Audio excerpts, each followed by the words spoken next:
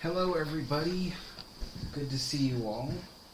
Looks like, wow, I didn't even have to aim the camera, it just automatically was really well done. I'm going to lower the brightness of this thing here, it's like ridiculous. Alright, let's see. That's better. Alright, so, believe it or not, I was actually just filming the process of how to make the tea sandwich and how to make, how to set up the tea set. I still have one more segment to film, which is actually, like, brewing the tea and stuff. But, yeah, so you guys will see that live. That's why I was taking a little bit longer to get here, because I was still filming the last part of setting this up. And you'll see that video on my other channel, Alex Adner. Because that's where it's going to be. It's going to be about, it's essentially going to be about how to serve tea Cunard style. Wrong thing. I can't see your comments until I go to my own channel and actually look up my video. Just a second. And then I can lower that. So, yeah.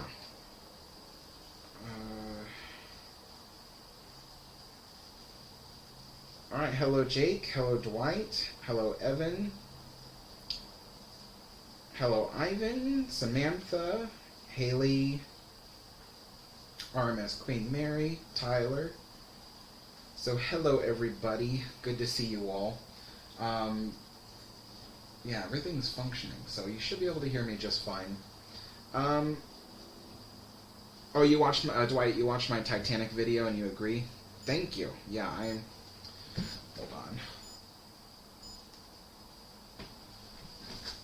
My other camera has an automatic feature that it will shut off after a while. But I'm about to film the next segment, which is actually like preparing the tea. So what I want to do is, no, wrong way. Other way. Down a little bit. Oh, that's too far down now.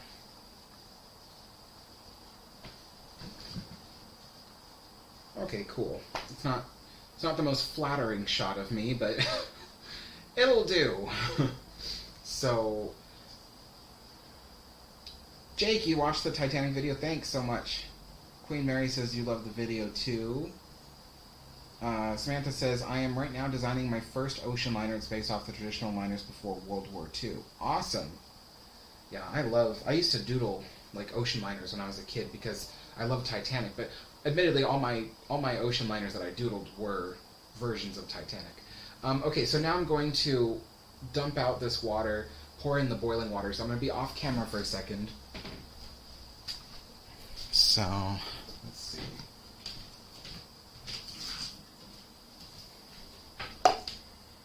Alrighty. Set that down.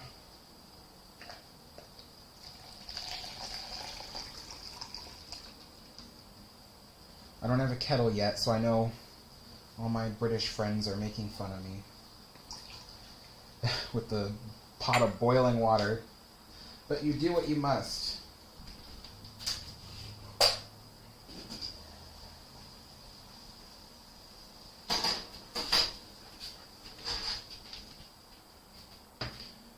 Alright, pot of boiling water.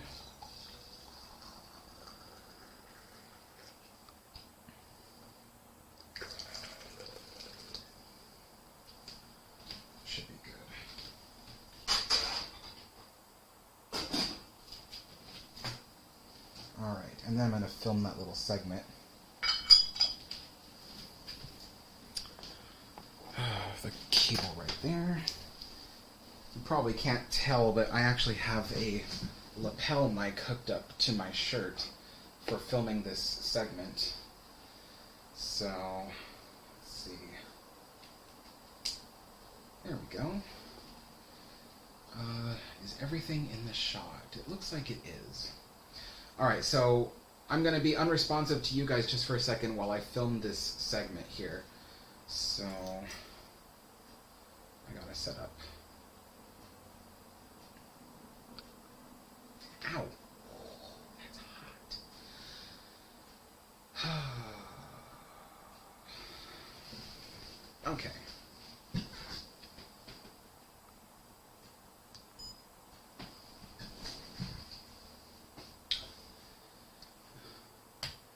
Phone's in the way. Okay.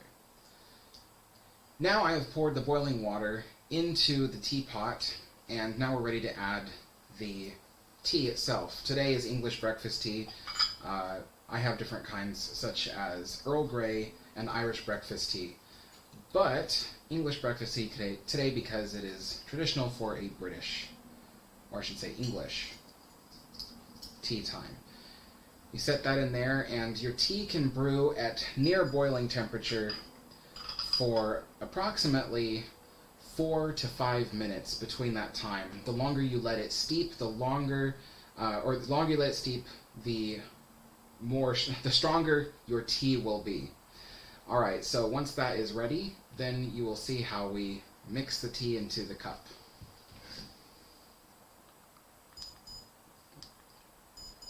Oh, jeez. Alright, I'm back. Yeah. I hate talking directly to a camera when I'm recording. This is weird. Like, when I talk to you guys on live streams, it's easy. I can just talk to you. But when I'm recording something for, like, an actual, like, edited video, I am so terrible at talking to the camera. I'm so terrible at it. It's just, I'm better when I'm behind the camera and I'm voicing over something or whatnot. But being on the camera is really difficult to do when I have, like, a set of things I have to discuss. So, alright, let's see here. Make sure I have the right, yeah, approximately 3 more minutes, 2 more minutes. I'm trying to, like, scroll up to see what I missed.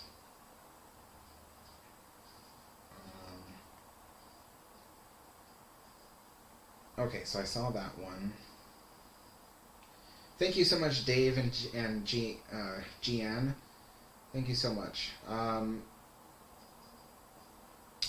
didn't want to say the Titanic was overrated, but that was essentially what I was trying to say in the video, was that too many people put so much stock into, like, Titanic, and they're like, oh, Titanic is the best ship ever made, and nothing will ever beat it, and I'm like, you know, there were so many other ships that, in terms of luxury and style and preference, you know, people enjoyed other ships more. So Titanic wasn't the one and only, and that was the whole point of the video. Thanks, Haley. Glad you liked it. Jake says, Alex, are you going to do another Alex Adner Railroads online stream? Tonight, not the Railroads online stream, but actually on my Alex Adner channel, I will do a live stream of a World War II game. So it's called Enlisted, and my friend Shiloh has been saying, like, hey, you gotta play this game with me. It's really cool. It's a first-person shooter. And it is World War II, so it does have something to do with some of the history I've been talking about on my channel, you know, Alex the Historian. And that's the whole point of the Alex Adner channel, is to stick with the, you know, I didn't know this black shirt I was wearing had such long sleeves that it was sticking out from underneath the blue shirt. That is going to bother me for the rest of the night. Alright, so, yeah, so it's going to be a World War II game, so I've never played it before, I don't know how it works, and it's going to be hilarious watching me try. So, so if you guys want to see me live stream that tonight, I will be doing that on the Alex Adner channel. Just go to that channel. The link is in the description of this video. No, is it? It's not. I'm sorry. I thought it was. It's not this video. But yeah, if you just look up Alex and then Adner, A-D-N-E-R, you'll see my second channel. I'll do a live stream on that. And then tomorrow, what I want to do is I want to do a live stream tomorrow of me playing the Disneyland Railroad Simulator, which is like almost completely a full-on realistic railroad simulator game, but it just so happened it's all based in Disneyland. So it's going to be so awesome. You guys are going to love it. That one I'm going to do tomorrow on the Alex Adner channel. This channel, Alex the Historian, isn't designed for games and personal stuff. It's just designed for the documentary-style videos I make. Alright, it is time... Oh, I should film this, actually. Hold on, you guys. This is part of the job.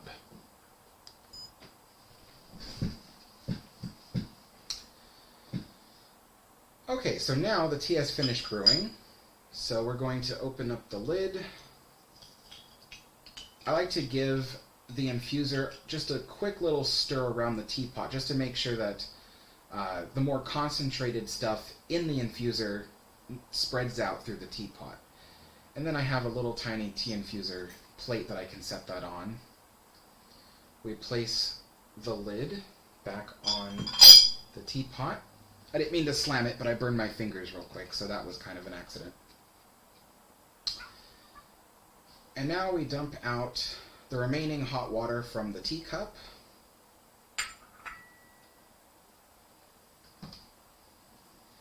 And we can start preparing the tea for ourselves. So, first thing I do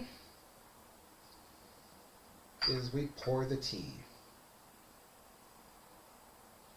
You don't pour it all the way to the top, you leave a little bit left. For this much tea, I prefer 1.5 little demi-tasse spoons of sugar.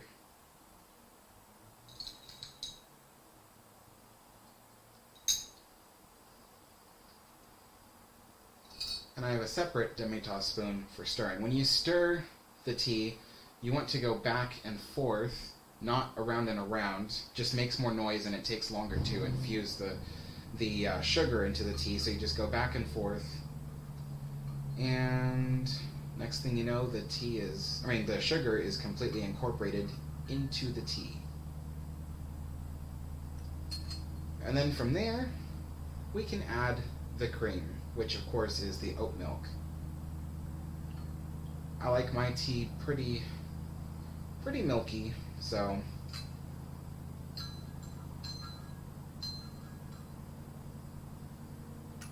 and now we are ready to enjoy a Cunard tea service. This is as close as we can get to what it was like on the original Queen Mary and the Queen Elizabeth and Sylvania and all those other ships, with the exact same stuff that they used back then.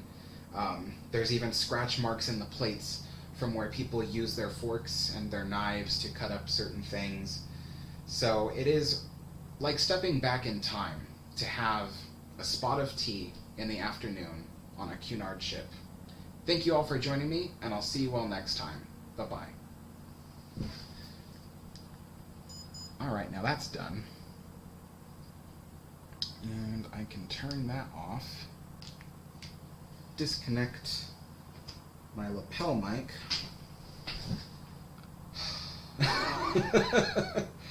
Alright, and now I can talk to you folks. That's going to be a good video, I think. Pretty sure, aside from my little speaking mishaps, but I think it's good. So, Fox Starline is here. What's up, Fox Starline?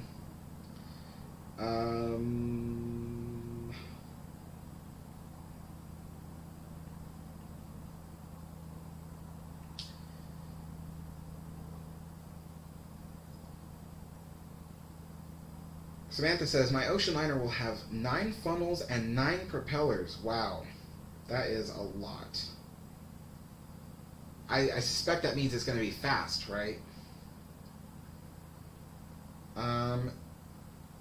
Let's see here. Oh, thank you, Jake, for posting my Alex Adner link in the chat. I always forget to put that in there. I have to do it, because all I do for every video is I cut and paste the same link for all the different stuff, like my social media, my Patreon, my YouTube membership, and all that stuff. Like, I cut and paste that stuff. Speaking of Patreon and YouTube membership, I actually just launched that today. So I have a Patreon. It's best that you use the link in the description of this video, because I've tried looking up Alex the Historian on Patreon, and it doesn't show up for some reason. So if you use the link below, you'll find it. The Patreon. So if you do like the Historian tier, you can have your name placed in the credits of my videos. If you watched my recent Titanic video, the one I posted today, you'll see the credits of the YouTube membership is in there. I don't currently have anyone on Patreon.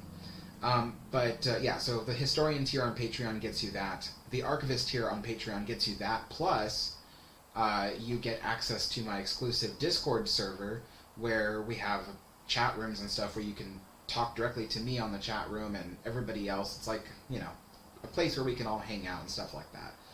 So, so good. So while I do have a Patreon, I actually more recommend you do the YouTube membership. And the reason why is because it's the same prices as the Patreon membership. But the difference is that on the YouTube membership, you actually get more in return. So there's this weird thing where if you want to share private videos to Patreon members, you either have to upload it to Vimeo or to YouTube. For me, YouTube is faster and easier. Problem is that anyone on Patreon can share the links to those videos, and anyone can watch them.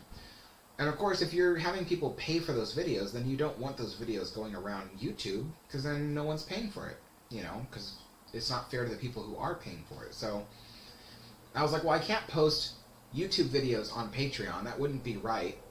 And the YouTube membership has a feature where I can post only for YouTube members, and only they can actually watch the video. So that's why I recommend, instead of using the Patreon, if you're interested in supporting the channel, use the YouTube membership, because that one gets you more for your money, and you still get the same perks, being able to get your name up on the credits, or if you're on the higher 2 tiers, you also get access to the Discord server and exclusive videos. But the Discord server is going to be really fun, because you'll be able to talk to me directly.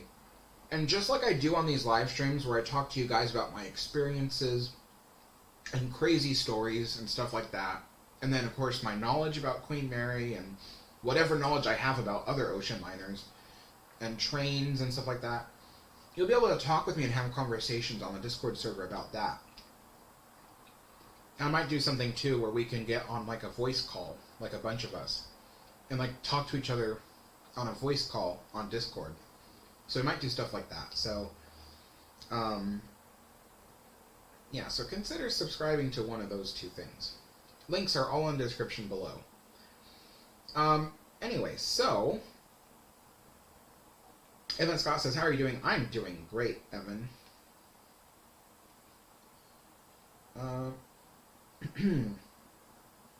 Yeah, Fox Starline, how is your job going?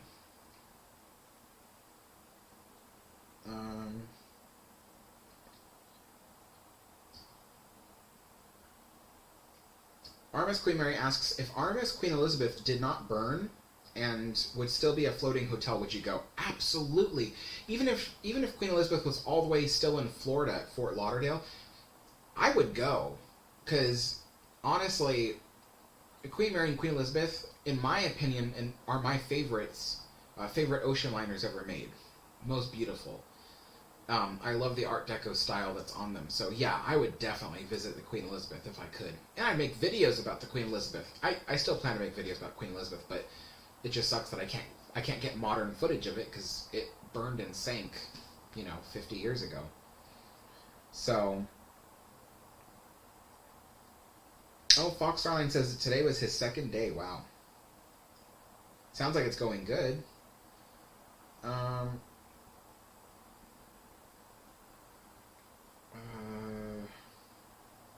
Evan says, it's fun talking about the Queen Mary with you, Alex. Thank you. Yeah, I love talking about the Queen Mary. I could just go hours and hours, which I have. Last time I did the tea live stream, we did like 2 hours and 45 minutes, which was the longest live stream I've ever done. Yeah, that was incredible.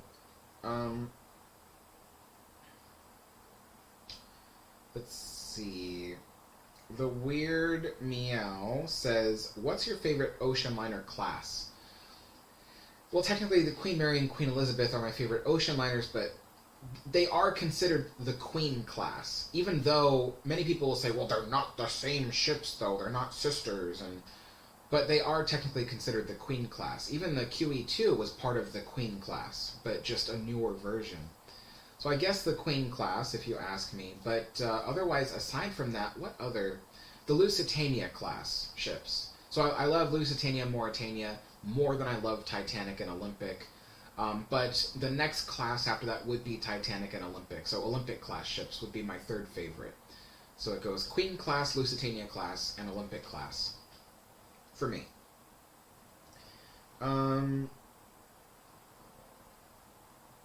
Dwight says, I love tea time. Me too. Tea time is always really fun. I have to try to drink my tea before it gets cold. Every time I get so crazy about talking to people that I just forget to drink my tea.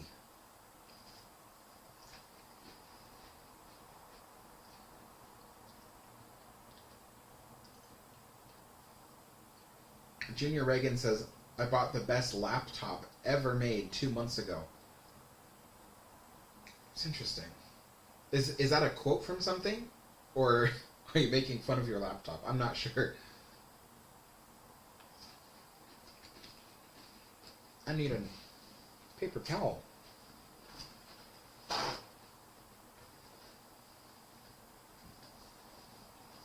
So today is English breakfast tea, in case you're wondering. Because since I was filming that special video about how to prepare the tea service, I was kind of like, well, you have to do English breakfast tea. It's a Cunard chip. Ivan says, no ship can touch the RMS Olympic and the RMS Titanic. I'll defend those ships with my life.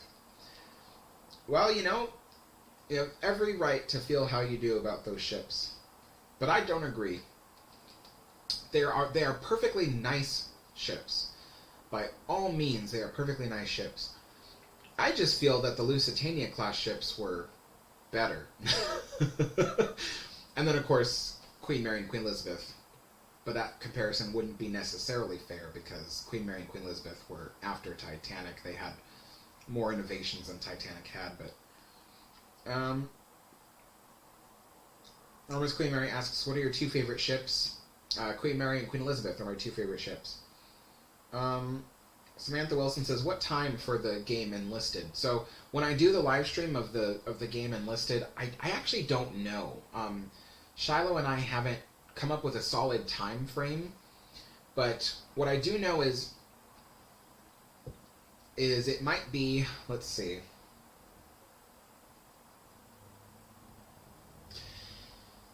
I'm gonna say I'll probably be doing the live stream of the World War II game on the Alex Abner channel in 3.5 hours. So 8 p.m. Pacific time in the United States. I'm gonna say around that time because I usually don't finish this live stream until 6. I'm gonna try to end it at like 5. But let's be serious.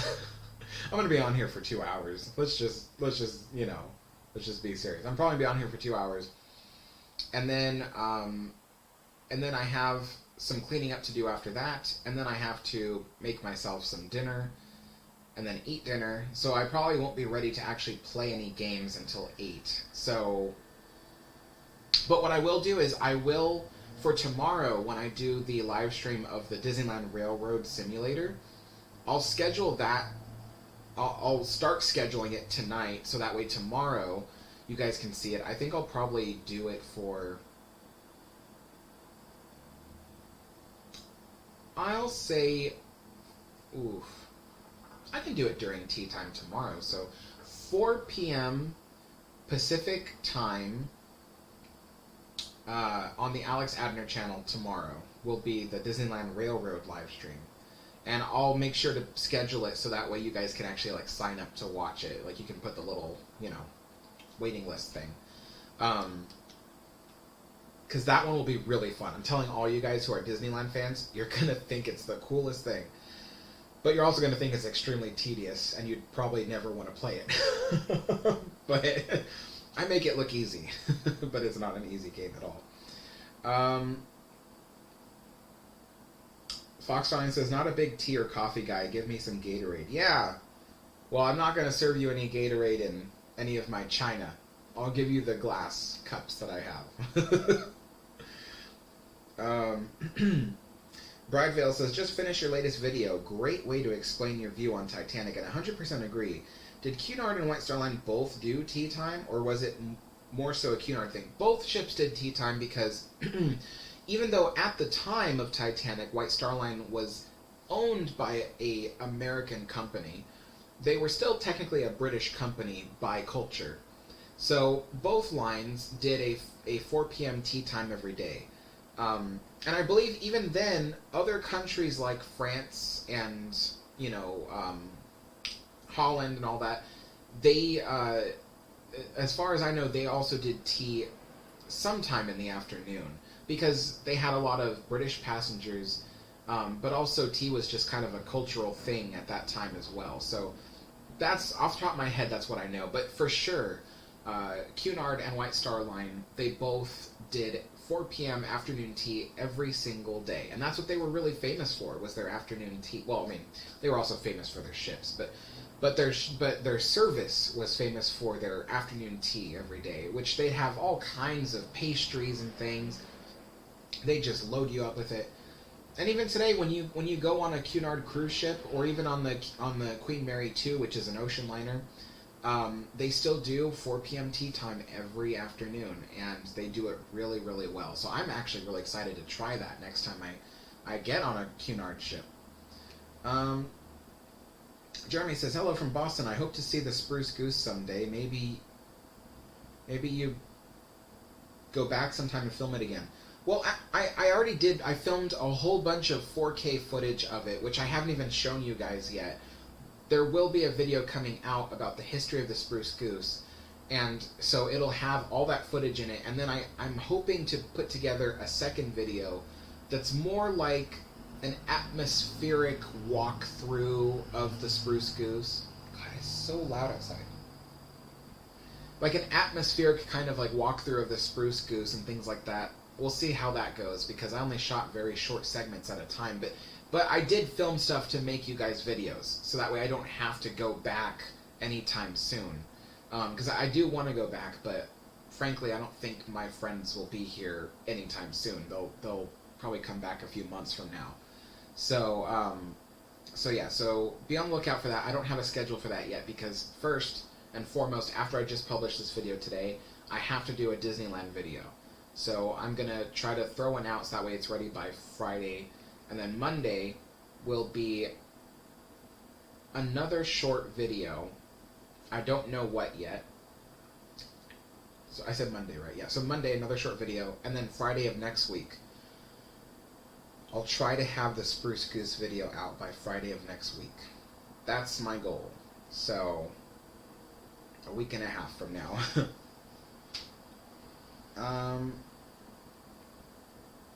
Let's see. Haley asks, what are your overall thoughts on princess meet and greets? I haven't really done any princess meet and greets, but I suppose it's really nice for people who are fans of the princesses to be able to get to meet, their heroes and stuff like that. I suppose I did do a princess meet and greet once. I was on the Mark Twain riverboat, and Tiana was on there. And so I did actually, I told the cast member that was with Tiana, I said, after all the kids and the parents get to meet with Tiana, I said, I'm gonna walk up and say hello.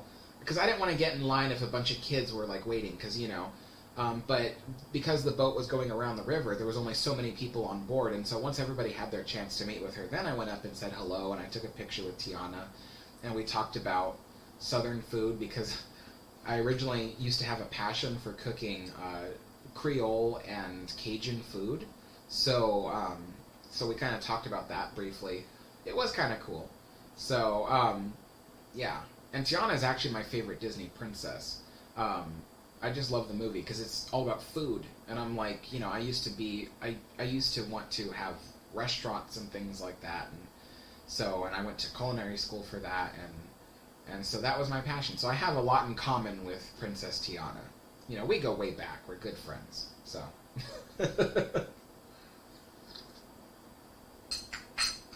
uh, let's see. Aaron Estrada says, hello, Art Deco. I mean, Alex. Yeah. What were we talking about? I love Art Deco, so if that's what you're talking about, yeah, I love Art Deco. To me, it's my favorite thing. I think after Art Deco, my favorite style would be the various Victorian styles. I also like the stuff that was introduced during the Edwardian era. A lot of stylistic revivals, essentially. So you have Italian and all that stuff, revival styles, all when it comes to interiors. But Victorian, they definitely had some really unique stuff to that. I really like it. So, hello Ocean Channel 2. Hello Nathan.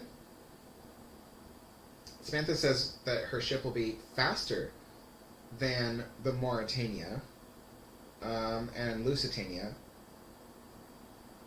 from Southampton to Adelaide via Cape Town, and it's wider than Olympic. Awesome.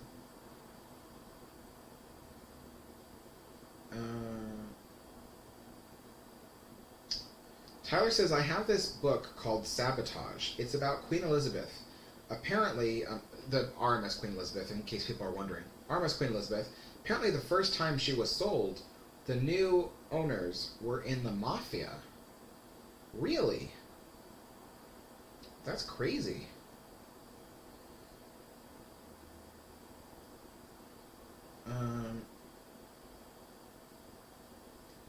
Oh, Junior Reagan says that his joke was about how the best, because the best is always replaced in the future. Yeah, that's pretty funny. I'm not a fan of Aquitania. I think on the inside it's a beautiful ship. Absolutely. Aquitania on the inside is a beautiful ship, but I can't stand looking at the Aquitania from the outside. I can't stand it. Ugh.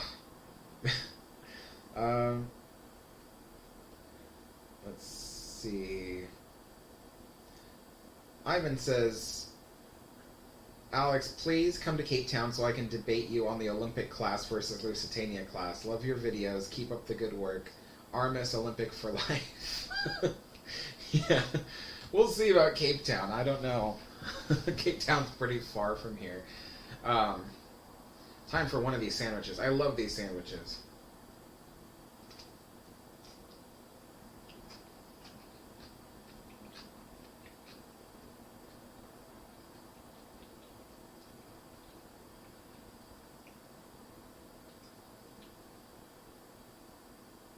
Jake says, my favorite class of ships are the Queen class, Olympic class, Lusitania class, and then Aquitania class. I thought Aquitania was part of the... Well, Aquitania, I guess, was its own. So, but I mean, there wasn't any after Aquitania, so there wasn't really a class to it, was there? It would technically be, if anything, part of the Lusitania class.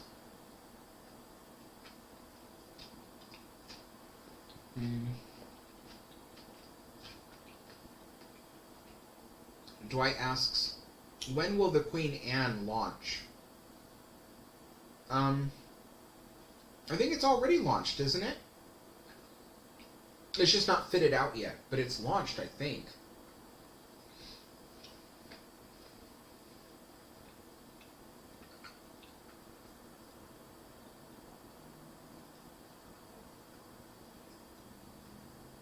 Yeah, Tyler, you're watching my stream on your phone and then Resort TV 1 on TV. I love Resort TV 1. They have some really good stuff. Really positive atmosphere.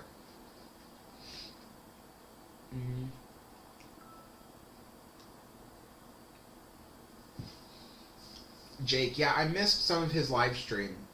But I was there at the tail end of his live stream where he went on Big Thunder Mountain, and then after that, he ended it. But at the time, I was getting ready to work on a bunch of things, and I was working all day today.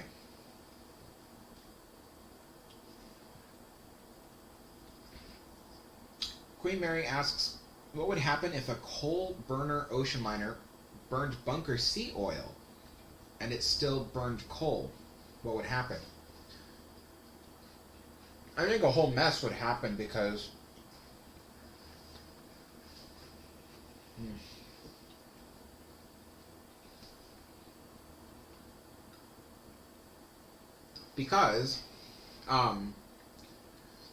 so you can convert a boiler to go from coal to bunker C, but it requires a hardware change.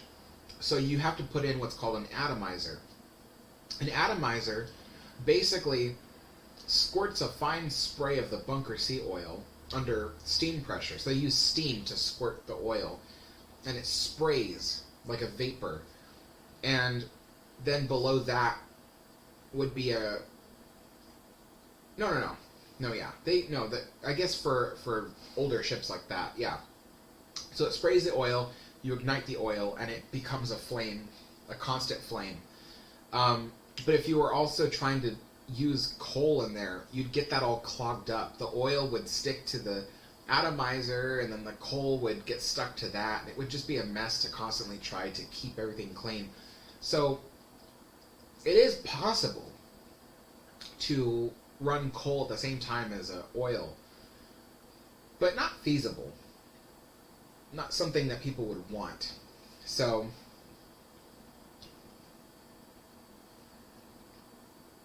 Frankie says, hi Alex, just got back from Disneyland and I couldn't help but think of your excellent videos while I was there. Oh, thank you so much.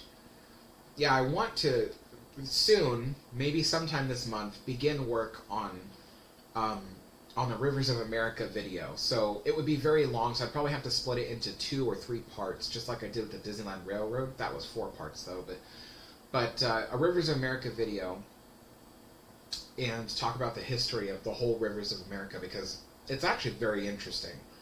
There's a lot of information in there that not a lot of information in there that not a lot of people know, such as all the wildlife that lives in the Rivers of America. People don't even know that. They don't know that there's animals that live inside the water, and that Disney didn't put them there. So there's lots of cool stuff. And of course, the ships, of course. So Mark Twain Riverboat and its history, the sailing ship Columbia and its history, you know, the keel boats, all that. So I want to do a video on that. But to prepare such a big video like that will take me all month to do. So you'll probably not even see the first episode till the end of the month. But until then, I have other stuff planned. I could have sworn, Dwight, that you already asked that question. When you did, Dwight, you have to stop asking the same questions over and over again.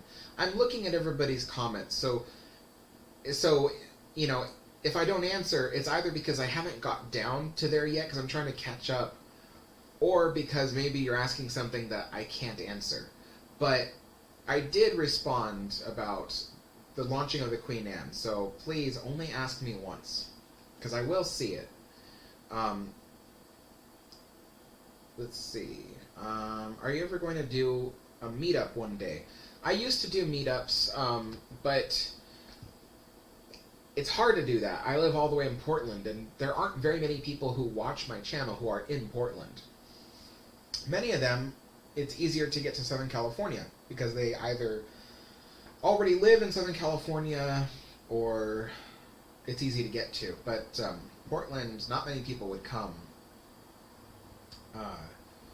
But meetups are also really difficult to do, because whenever you do that, the place you're meeting up at usually gets pretty angry. They're like, hey, don't bring all these people here. And even Disney didn't like that. Disney didn't like when too many people would come to somebody's meetup. So they used to ban meetups.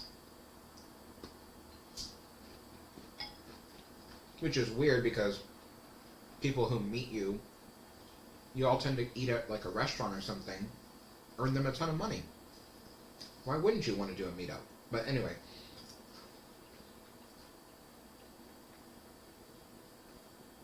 The meetups we did at Disney were really fun. Really fun. The last one we did, we hung out with people the whole day. It was me and several friends, and we just met up with people and spent the whole day all together riding rides. It was like it started off as like a group of 12 or something like that, including myself.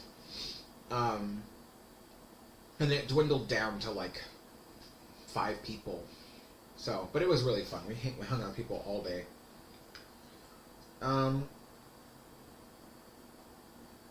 Fox Starline says, again, Alex, some people say Mary was a bigger version of Aquatania. I'm like, where do you see it? Yeah, I agree. I don't, when I look at Aquatania, I'm like, when I look at Aquatania, I don't see the Queen Mary. When I look at Aquatania, I see like a monstrous version of Mauritania that like drank a bunch of coffee and I don't want to say too many things because then I might get like pulled off of YouTube.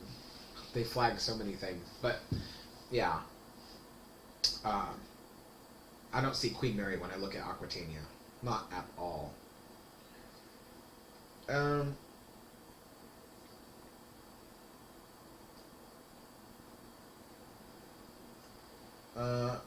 Let's see. Aaron says, I love Art Deco too. Cheers.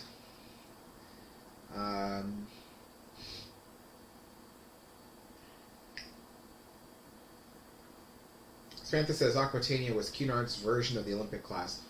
That's a fair assessment because after Olympic came out, they were in such a rush to compete with it that they fast forwarded the production of Aquatania. So yeah, they just oversized. What they do is they took the design of Lusitania and Olympic, and then they just stretched it a bit to make it bigger, and then that was to compete with Olympic.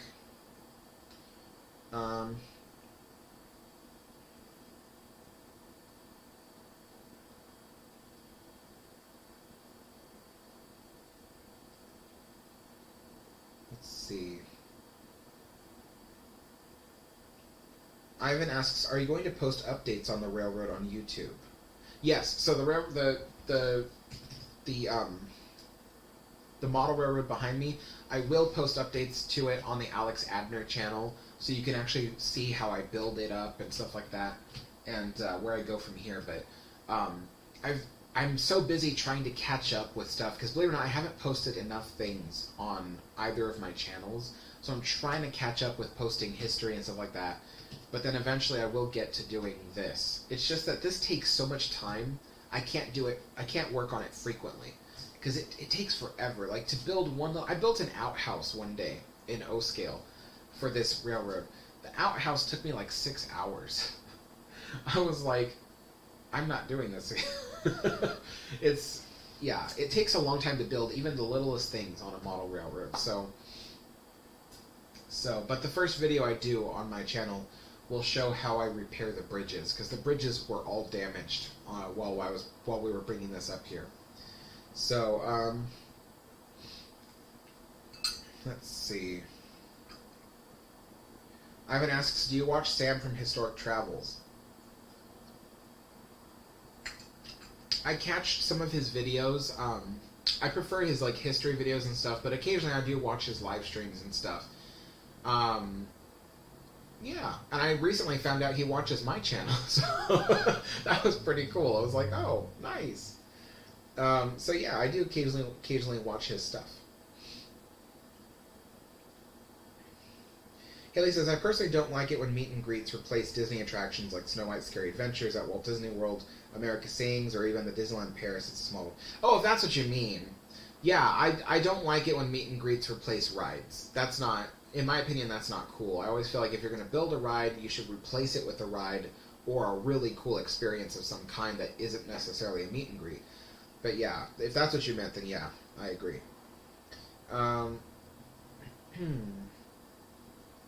Tyler says, and don't forget, I'm also playing the Switch and talking to Tony on the phone. Oh, okay, wow, yeah, you're doing a lot. Rayanne says, just joined your Patreon. Oh, thank you so much. Yeah, I'll have to see later if I need to send you anything, because people who join Patreon, I might need to send them a link or something depending on what they signed up for. So after the live stream, I'll take a check. I'll check up on that and then and then take a check. Oh my god. Check up on that. So, Adam says, hey Alex, love your live teas. Thank you so much. Yeah, I love doing this. You know, I'm actually going to refill my cup, so I got to finish drinking this.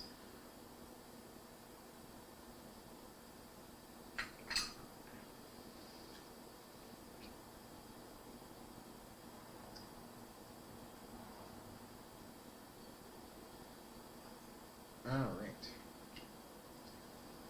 So yeah, these little teapots, these are the small size.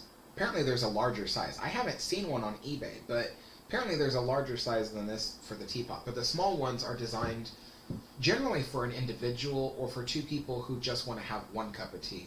But yeah, it fits 2 cups of tea in there. So...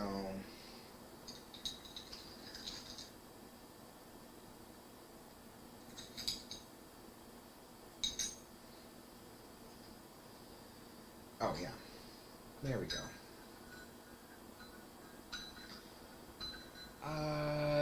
Fire Wingman says, just thought I'd stop by and say hi. Hello, Fire Wingman. Samantha says, Queen Anne is scheduled for launch in 2024. That far from now? Oh, wow. I thought they had already launched it and they were just going to start fitting it out or something. Well, technically, I guess they do all that work at once, don't they, huh?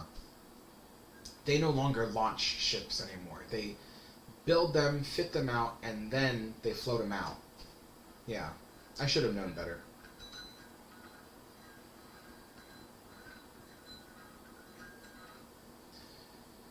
Need a little bit of cream.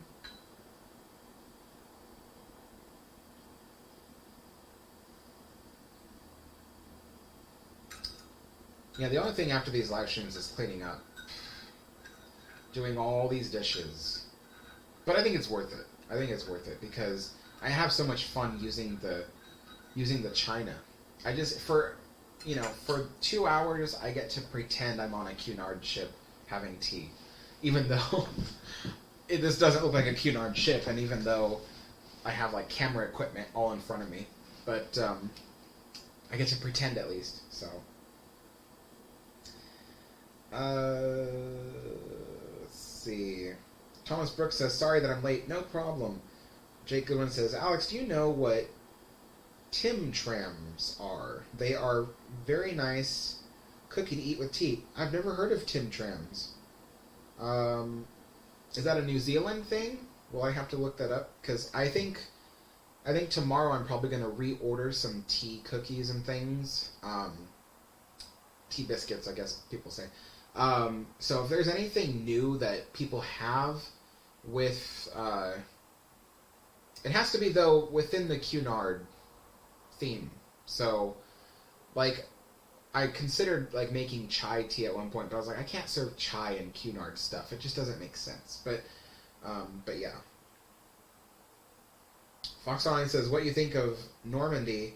Her exterior was great. Her interior is way over the top for me. Normandy, people have heard my opinion about Normandy. I don't like the ship inside or outside. I don't like the way it looks. It doesn't have sheer. I think sheer looks really great on ocean liners. It has a very streamlined look. It also looks really wide, so it just looks like weird to me because of how like wide it looks. I don't like the funnels. The funnels are literally funnel shaped and it bothers me. I don't like that the mast is behind the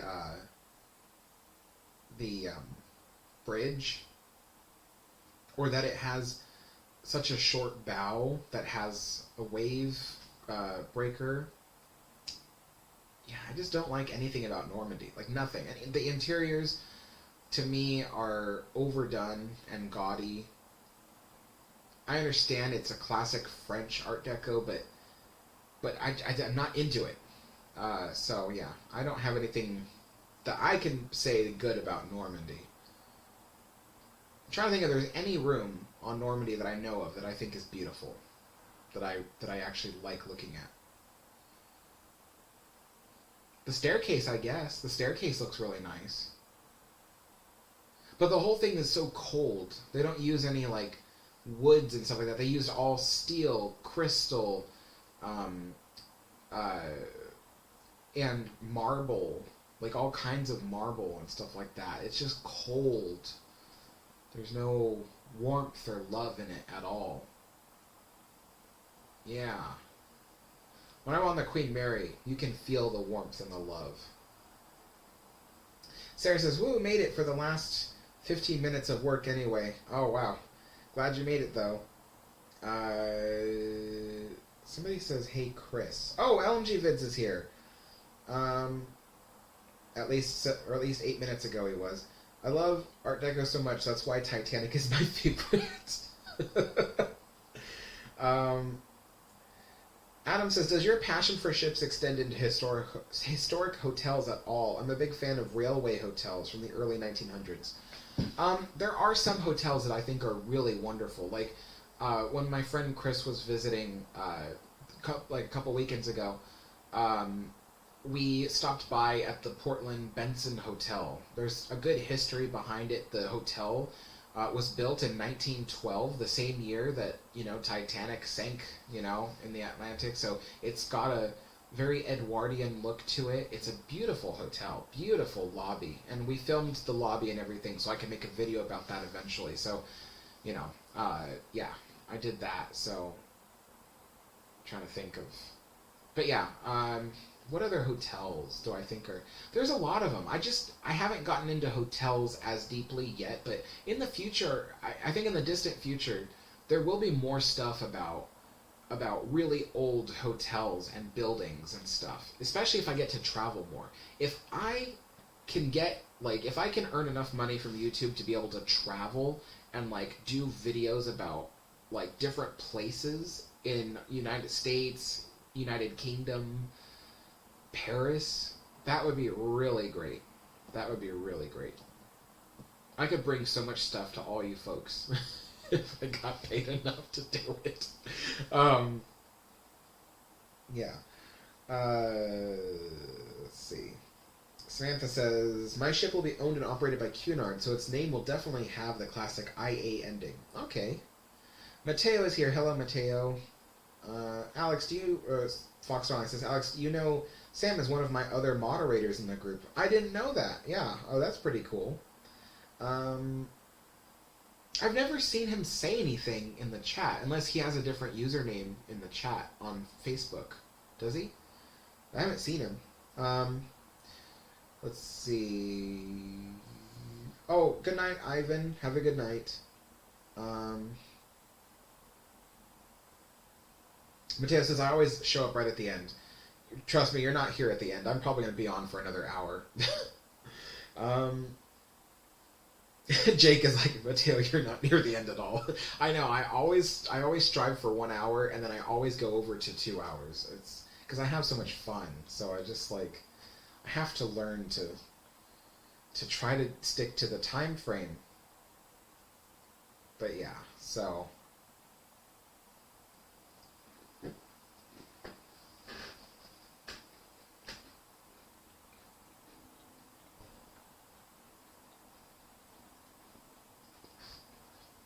Samantha says, Tim like Timothy, and Tam like Latam.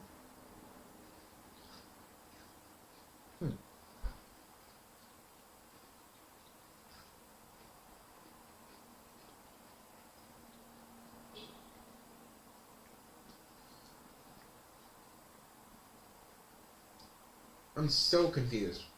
Jake says, buy some Tim Tams. You say it, Tim Tam.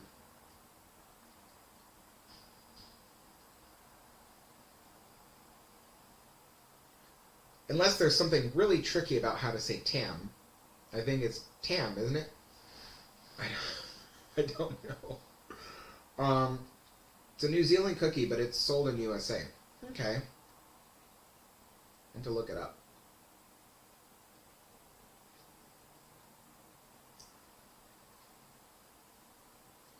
Tyler asks, all this talk about Disneyland has me ponder about something. The painting The Three Men in Quicksand from the Haunted Mansion. I'm assuming Mark Davis painted it. Yes, Mark Davis did paint it. if that is the case, why did he paint it? He painted it because it was just part of his little thing. He was asked to create a painting that at first, when you look at the top part of it, it looks like a totally normal portrait. But then as the room stretches, you see a more sinister situation evolve behind that portrait. So the Men in Quicksand, it was really just to give you an off-putting feeling, but also to make you laugh a little bit. So, but there was no big narrative behind it. I think a lot of Disney fans today are so used to Disney putting big narratives behind everything. So when they look at something as simple as that, they want to think that there's a whole story there, but really there isn't much.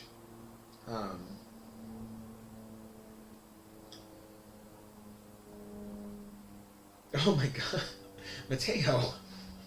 I can't even say that. I can't even read your comment. Oh my gosh.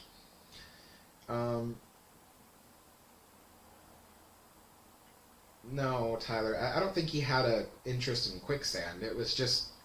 I mean, then you'd have to say that he has an interest in axes because he had a painting of a woman axing, her husband's grave, and and there was a painting of a girl over a pit with a alligator. So you'd have to say he likes alligators. It's just one of the things he thought of that was kind of goofy that he could put in the painting.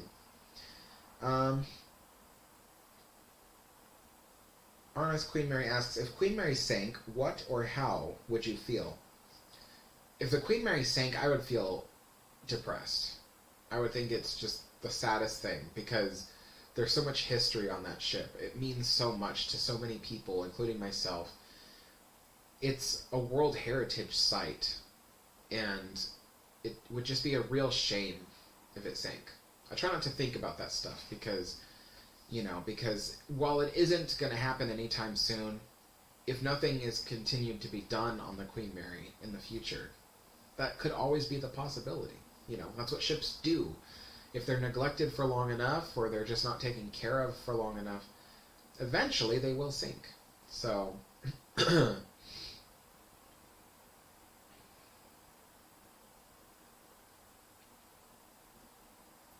I'm confused, Adam. Adam says Tim Tams are like mini chocolate bars. Is it a chocolate bar or is it a cookie? I'm really confused. Mateo says, did I miss the only time Alex talked about Disneyland since he moved? You're funny, Mateo.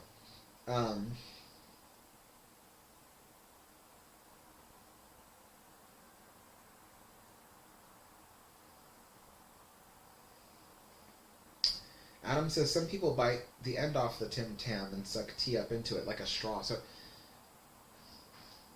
and the chocolate melts from the inside. That reminds me of another pastry that we have here in the United States that people love to buy. It's like a cookie. It's got chocolate on the inside, and the way that they make it is they swirl it into a log, very tiny, like a straw, and there is chocolate in it, but some people, like when I was a kid, we used to love to drink milk with it, because then by the time you finished drinking your milk, it was nice and soggy and you could eat it like a cookie. And so those things I really love. I haven't had those things since I was a child. Maybe those are Tim Tams. Yeah.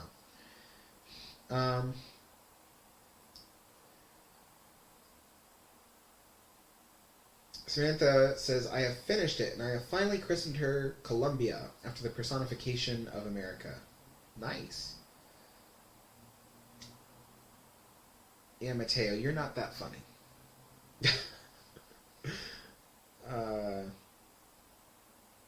It's like a layered chocolate finger. What is a chocolate finger? Fox Darn says, one snack I miss is cheese nips. You know what? I'm just going to Google Tim Tams real quick. They sound familiar. I feel like I've had them before. Tim Tam.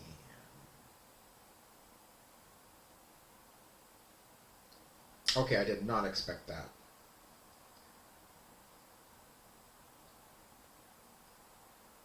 Okay, I've never had that before. That's interesting. Oh, gosh. They look so good, but oh man. Could I control myself trying to eat one?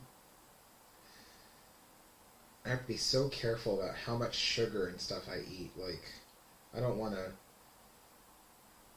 I don't want to get unhealthy. Oh my gosh.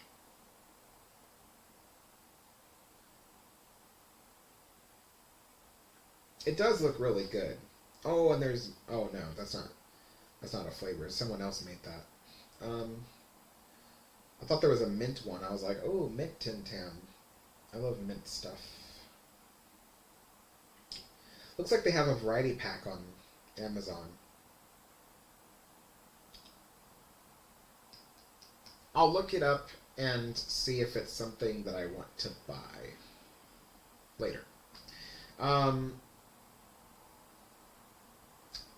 Jake says the chocolate wafer straws is what you're thinking of, not Tim Tams. Oh, okay. Well, because somebody said that he took Tim Tams and, like, sucked tea through it. And I was like, how do you suck tea through a Tim Tam? Like,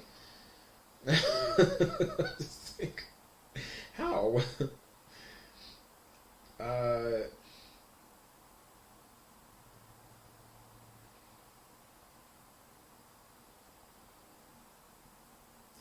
Haley says, which Disney attraction would you be the most sad about going away?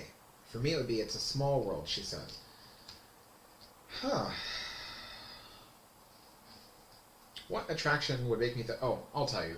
The attraction that would make me the most sad if they took it out of the park would be the Disneyland Railroad. It's my favorite attraction. My number one favorite. I would be so sad if they took that out of the park.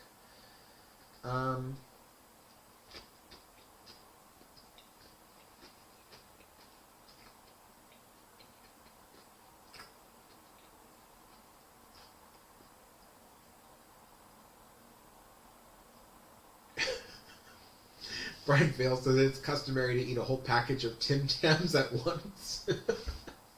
Oh no, I can't do that. No. It's crazy.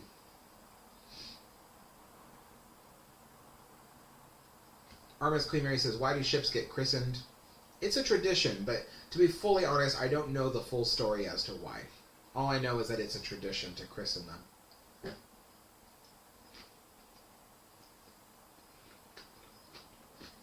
Samantha says, I'm now microwaving my dinner.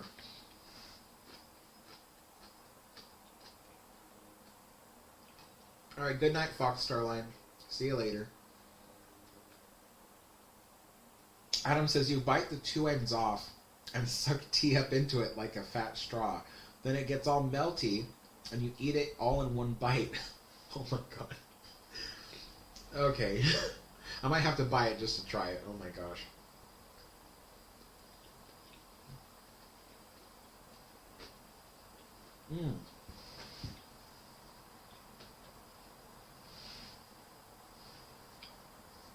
Jake says, Alex, when we have Tim Tams at my family's afternoon, we normally have Tim Tams and there are mint flavors. Okay, I'll have to look for that because I do love mint flavored, like, chocolate stuff. So, when I was a kid, I didn't like mint flavored anything, but now I do. I must be getting old. Although I will admit, one thing I've always loved was York peppermint patties. I had this great-grandmother that we used to visit in a nursing home when I was a little kid. And I didn't know her very well because she was in a very advanced age even when I was really young. So, but she always offered me and my sister her York peppermint patties. She always kept a bowl of them. I loved those things. And even to this day, I love them. Oh, I have a funny story for you guys. So I was at Disneyland once, and Disney started selling this confection that they make. It was essentially a York peppermint patty, but really big. So they took the mint filling and they put it in like a cookie this big. Well, not a cookie, but a square this big, quite thick, and then they coated that in chocolate, which would harden. And it was essentially a York peppermint patty, but just really big. And I thought of it, and I looked at it, I was like, oh my gosh, that's going to taste just like a York peppermint patty. I love York peppermint patties. I'm like, I am buying two of those things. One for now, one for later. So I bought two. I don't remember who was with me. Maybe somebody in the chat, like Mateo or Chris or somebody was with me when I did it. But I bought one, and I started eating it as I'm walking through the park. It was so sweet and so minty. I did not expect it.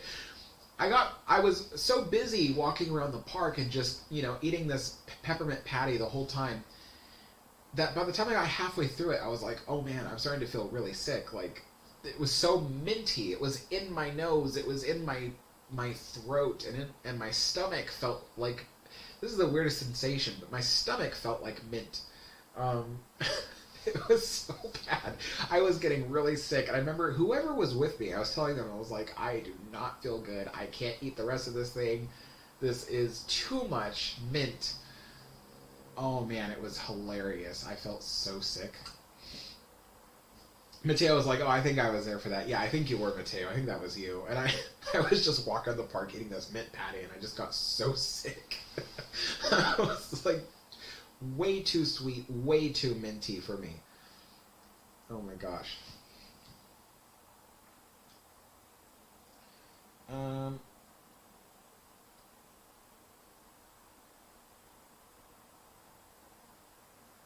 Mateo says, mail me some of those sandwiches. No.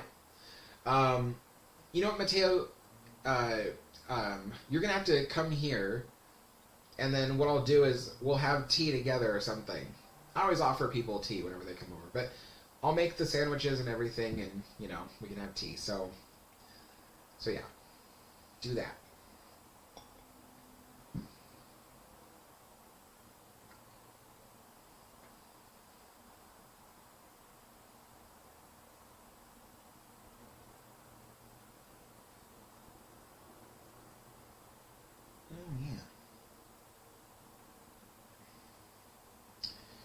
Jake Goodwin says, you also need to try ginger nuts. I love them. They are hard, but in tea they become soft and they're lovely. Are they kind of like ginger snaps? Is that why? I love ginger snaps.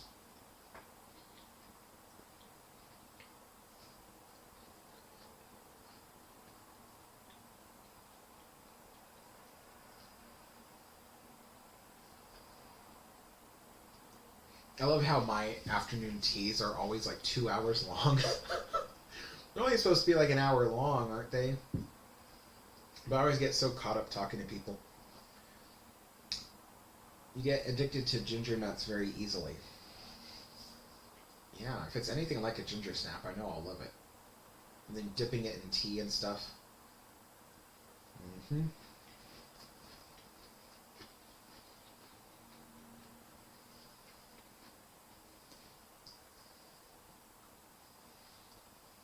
We have less viewers today. That's interesting.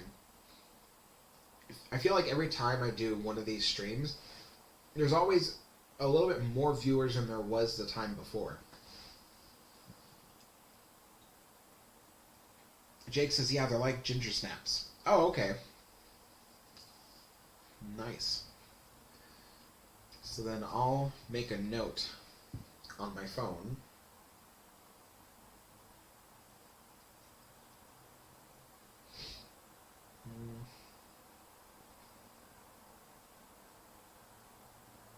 How do I start a new note? What am I missing? Oh. my stream was in the corner of my screen, and I'm like looking how to add a note to my phone. I'm like, where is the button to add a note? And it was underneath the stream. Okay, so tea time. Tim Tams and ginger nuts. Nice. Save.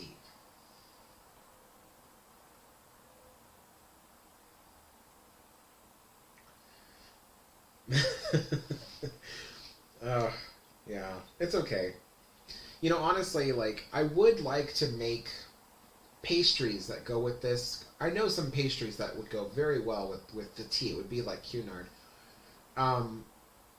but at the same time, I couldn't possibly afford to make pastries every single time I do a tea time. So it's always favorable to have like a common tea biscuit or tea cookie of some kind that I could enjoy, and then I'll just make a sandwich on the side. Like, the sandwiches are easy to do. I have to find another sandwich besides cucumber, because the cucumber is really good, but if I eat cucumber every single time, people are going to be like, well, where's the new stuff? Let's try something new. So I can't make cucumber every time.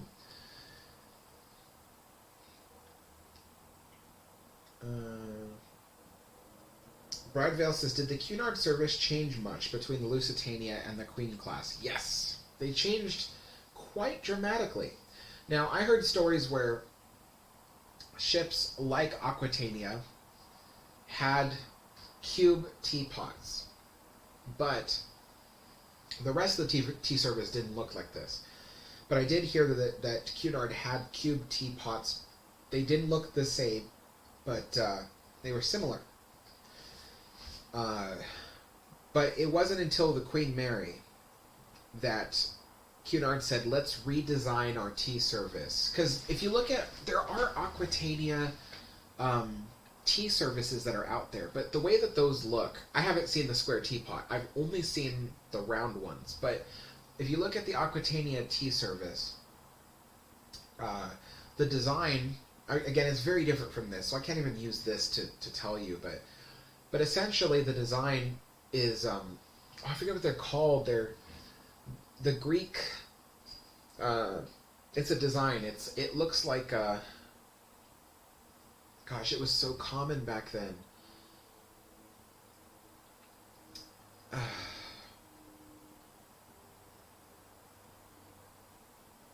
I don't even know how to describe it. It's a Greek design that they print on the outsides of the teacups and everything. And it was so common in the 1930s. If you walk around even the streets of LA and you look at the street lamps, you'll see that design. It looks like, if you were to cut little segments out of it just to look at a little piece of it, it looks like a Buddhist peace sign, or if you think about it this way, like a swastika, if only it was turned vertical. So it looks like a Buddhist peace sign, but then it's that pattern, but it's repeated over and over all the way around, and it's originally a Greek pattern, and they used that on the Lusitania, Mauritania, and Aquitania. But the Queen Mary, they just redesigned everything from scratch. They had the big companies do it. That the companies that supplied them with the tea service, they had them redesign it, and so you have what we have today. So this tea service, even though the newest pieces date back only to 1967, they are of a design that they have been making since the 1930s. So this is all Art Deco designed, but it lasted. This same design lasted from, if you can believe it, 1936 to 1968. I think the newest pieces are from 1968. Not that I have. My newest piece is 1967, but 1968 was the last time they made this particular design, because 1968 was when Queen Elizabeth was retired from service, and they wanted to start a whole new set. So what they did was they kept the same design for the QE2. So these same cube designs, they kept that. And then what they did was, instead of putting the little stripes and things, all they did was they kept it pure white, and they put a reflective gold along the top edges of each of these for the QE2. It looks really amazing. But yeah. Harold Huff says, watch out for Ginger. Ginger snaps. Yeah, I love that joke.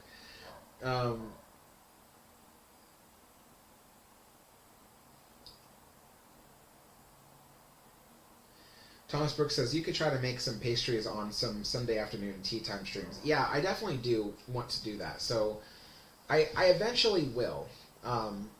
The first month of living in this apartment has I've had a really tight budget because it costs so much. Like, I literally came here with empty cupboards, nothing. I didn't even have salt. So I had to spend so much money building up my cupboard, as you know, with spices and stuff like that. And so I actually have been living this whole month on really cheap to cook foods. So everything I make is usually made from scratch. I don't usually buy anything prepackaged unless it's these tea cookies and stuff, but I usually make everything myself. But I've been living really cheaply this past month because moving in here was really expensive. So,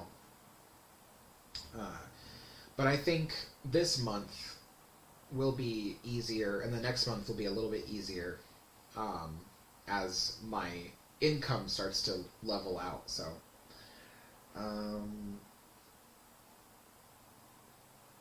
Jake says you also need to try Afghan cookies as well. I've heard of Afghan cookies.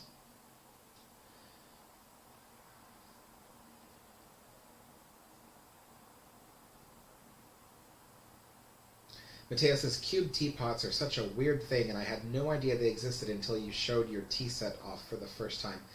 Yeah, they're really cool. I remember the first time I saw this tea set, I was still living at my sister's apartment, and I remember thinking, I was like, I do want to collect a tea set, so that way when I move, I can do afternoon tea time. And I thought, well, if I'm going to collect something from Cunard, I better start now. And this was months and months and months and months ago. And so immediately I went to look up what did Queen Mary have as a tea set. And I saw this design and I thought, that looks so bland. That was the first thought in my mind was, that looks so bland. It's just white with some stripes on it, I was thinking like, oh, there might be something like Titanic had with the beautiful colors and stuff. But there wasn't. It was very bland. But then the more I looked at it, the more I thought, you know what? This is my style. I'm not the kind of person to own stuff with flowers and stuff on it.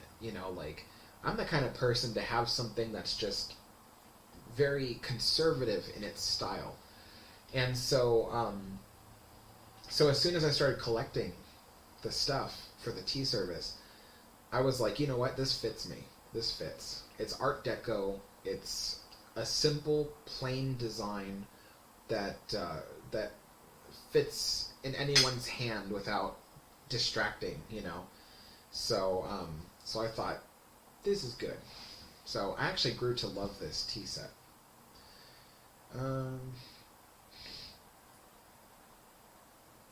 Adam says, I love that they are cubes. Do you think it's so that they could be stored more efficiently or style choice? Absolutely, Adam. They were, the reason why they chose the cubes was because they could store them a lot more easily on shelves and things.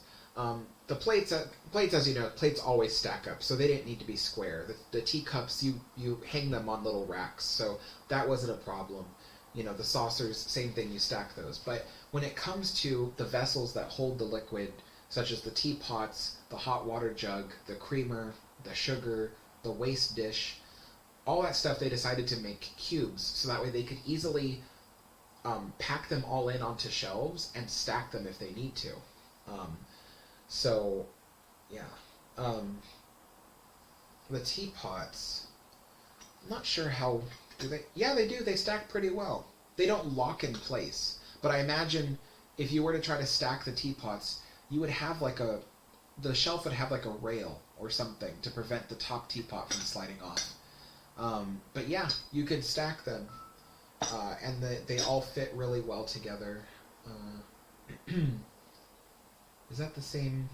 It's not, but I kind of thought if that was the same size, it would probably stack really well, but it's not the same size. But yeah, it was definitely designed so they could stack it. So the cube set was a very utilitarian thing. In fact, that's why you see a lot of these pieces last longer than the plates. Because while the plates do stack, plates slide.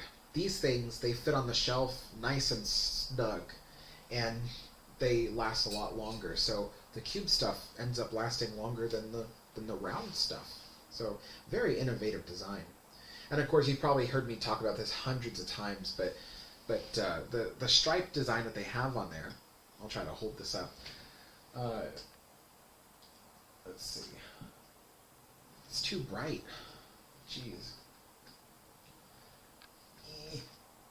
Well, anyway, the stripe design that they have on there is a gray stripe with 2 yellow stripes. And it's designed to look like... Maybe this will be easier. It's designed to look like the sun setting over the gray waters of the Atlantic. That's supposedly the style choice. The sun setting over the gray waters of the North Atlantic. So, really simple, but really elegant.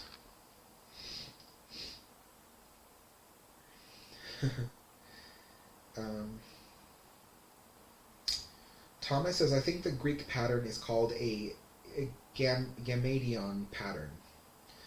I think so. Let me look that up real quick to make sure it's the same one I'm thinking of.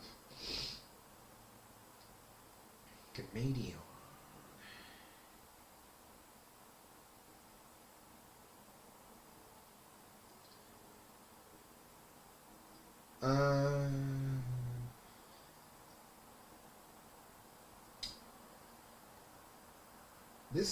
This looks like it. So let me choose this one. And let me show you. Oh. So you can see that's the pattern that they used on the old Aquitania, Mauritania, and Lusitania china. So it's a type of Greek pattern.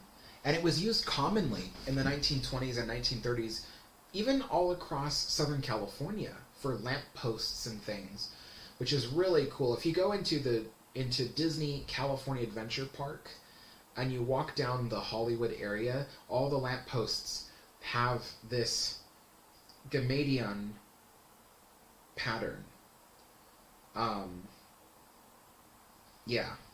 Gamadion pattern. Yeah, so thank you. You found it.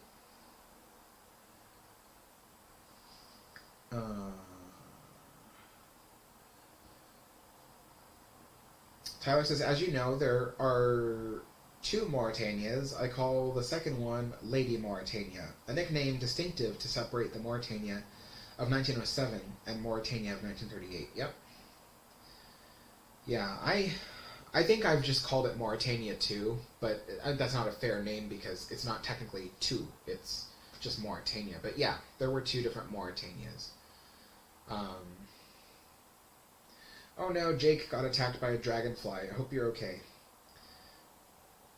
Is it only me who thinks the American way to show the date is weird? How it is month, day, year instead of day, month, year. When, what's funny is I grew up month, day, year, putting all that on my paper, so to me it's normal.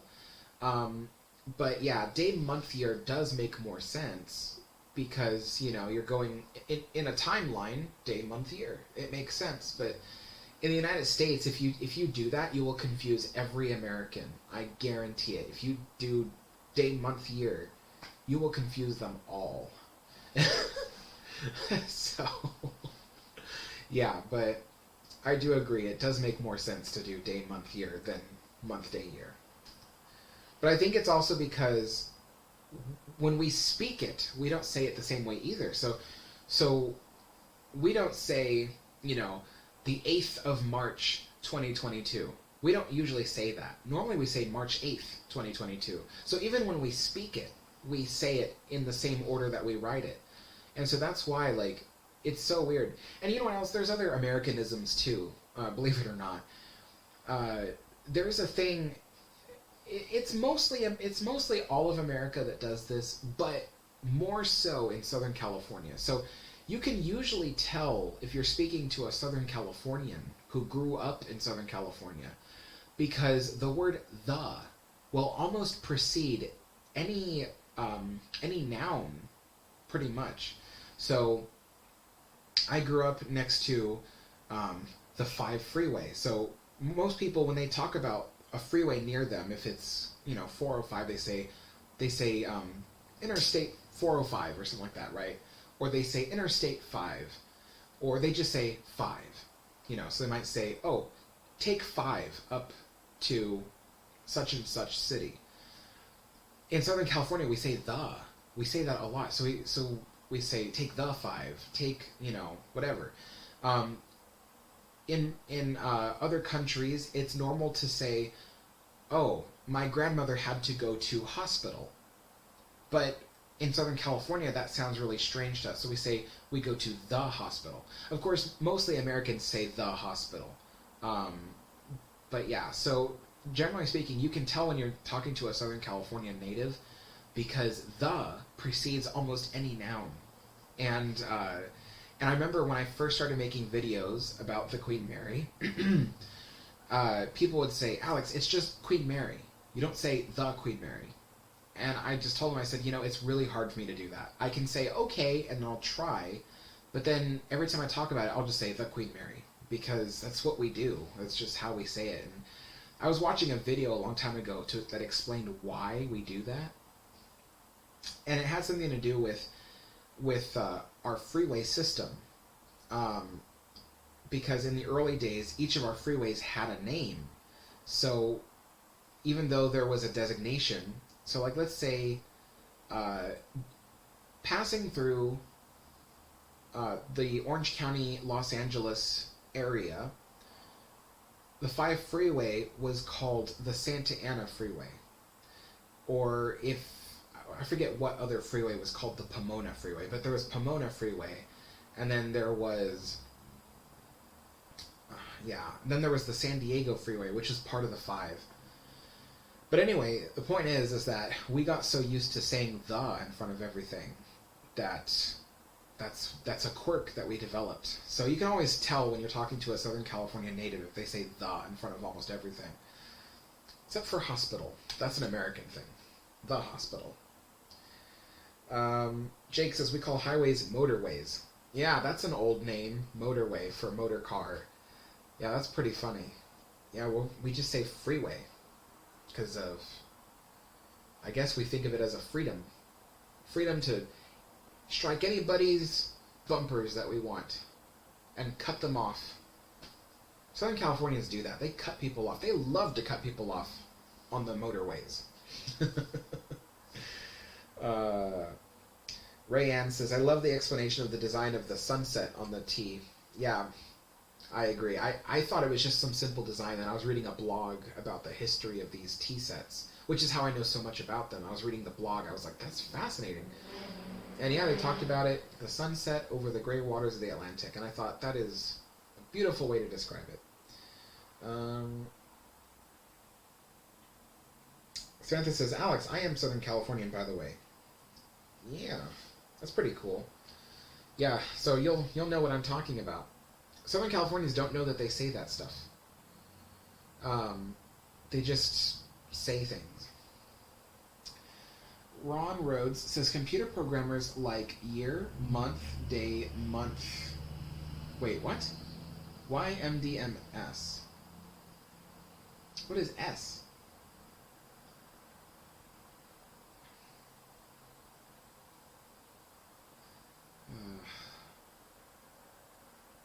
Gosh. That's so weird. Mateo says, the free and freeway is from the propaganda push where they made them into a wonderful American freedom. It was a propaganda push in America. Oh my gosh, it was... They tried to convince people that more freeways was better.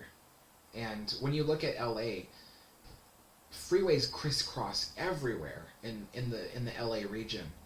And the funny thing is that was only half the amount of freeways that they had originally planned to build. Halfway through constructing all the freeways, they said, you know what, this is too much money, this is enough freeways. But yeah, they were going to build twice as many through LA as there are today, and there's already a lot of them. You can't swing a dead cat without hitting a freeway. It's just ridiculous. So, oh, I see. Jake Goodwin says minute and second. So, year, month, day, minute, second. Wow.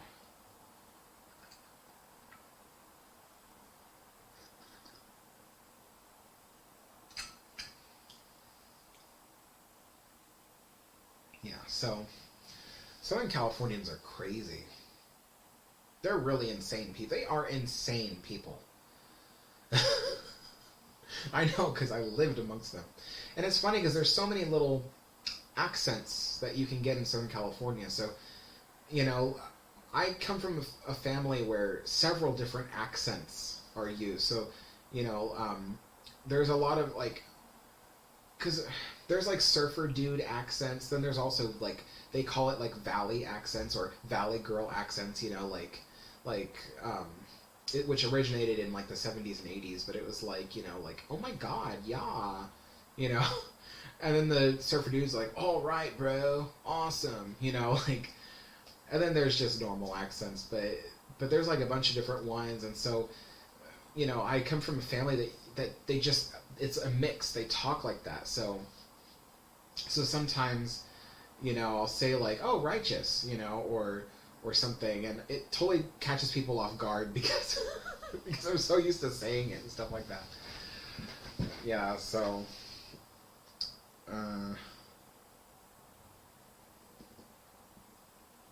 NCC says, the last time I visited the Queen Mary was in 2000. It's been far too long.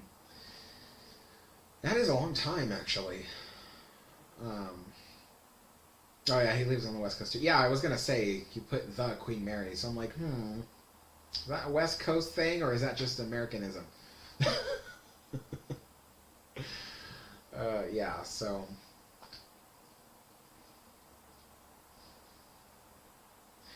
Mateo says, the irony of explaining Valley Girl accents is, while you... Was I doing that? I had no idea I was doing that. The irony of explaining Valley Girl accents while using like 500,000 times. That's another thing, too. People go, Alex, you say like too much. I'm sorry. I'm from Southern California. That's what we do. It's just part of the way we talk, you know. We just say like a lot, and that's part of the Valley Girl accent. So I say things like righteous or whatever, and then I'll be like, you know, I just did it again. So, yeah, it's Southern California for you. Jake Goodwin says, New Zealand people call convenience stores a dairy where we buy our milk and pastries, like mince and cheese pies. I love meat pies. There was a place where I used to live where they I think it was an Australian couple where they made Australian meat pies. It was so good. Really good. I kind of miss that place. Bit salty, though. I'll tell you that much. Bit salty.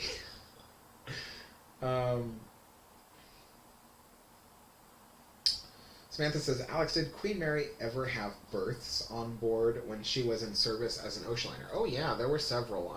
I tried... When I was making my World War II video about the Queen Mary, I went back to reread the stuff, my research that I brought up, to see how many berths there were. Because somewhere in all of my books and online articles about that, I read it somewhere, how many there were. And I can't find it. So I wish I could tell you how many people were born on the Queen Mary, but I can't. I do know that there were several births during her years in service, and then there were several births during the year that she transported the war brides from the UK to the United States. So yeah, there were several births aboard the Queen Mary, and thankfully, the Queen Mary had an onboard hospital with a surgeon and everything on hand, so they were able to easily deliver babies and stuff on board the Queen Mary. Rand says, speaking of accents, how do they do turtle talk with Crush? Somebody, specifically movements and facial expressions matching what he says. That's actually really easy. So this was a big deal when Turtle Talk first came out because this was an all-new technology, but basically there's a person who has a microphone a cast member of some kind. He does all the talking, and then they can do. They had like a Xbox Kinect, and the Kinect would monitor the person's movements. So the person would stand there. They probably have a microphone on their headset, honestly, but they would stand there with the microphone headset on their head, and they talk, and they just kind of walk around this little room and interact with people. And generally speaking, the person had to be good at doing impressions of Crush. But now today, that technology is so antiquated by today's technology. It's not surprising at all to people who know how it works. But back then it was a big thing. It was a big deal. It was like, how did they do that? But yeah, essentially it's a microphone and an Xbox Kinect that is watching them move. Dwight says, "Hi, I'm back from eating my breakfast. Good. Hope you had a good hearty breakfast."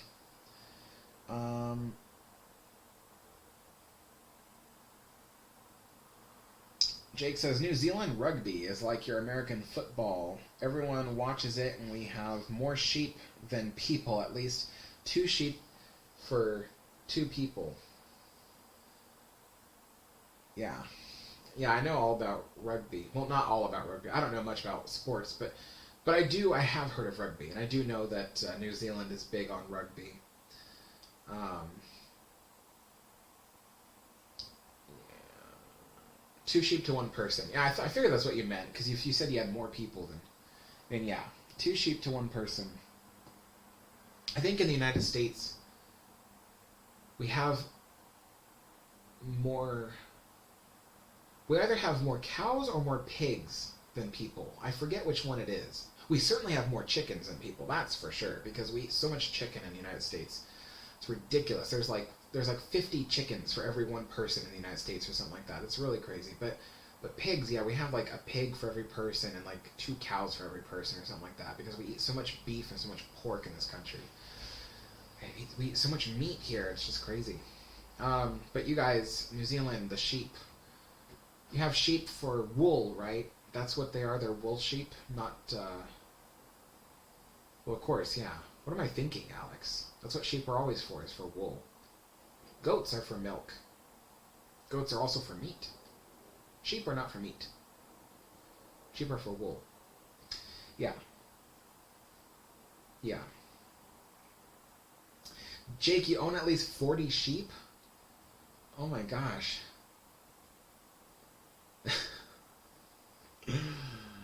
Oh my gosh. I have a little joke for you. I couldn't deal with 40 sheep. All that poop, I'd just be saying ew all day.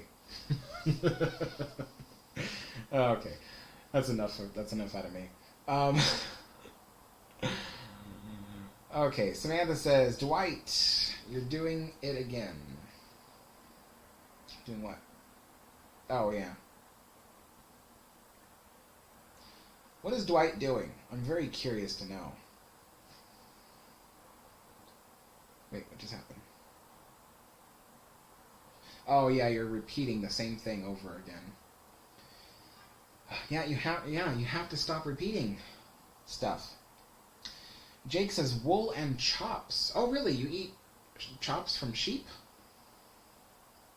Oh, lamb chops. Okay, yeah, lamb chops. Okay. I keep forgetting that stuff. Samantha says, "I have a dead great-grandmother who gave birth on the Queen Mary after World War II. Really? Oh, wow.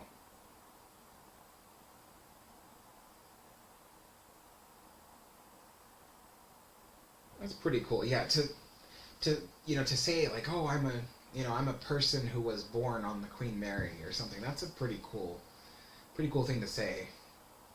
I never met anybody yet who was born on Queen Mary, but yeah.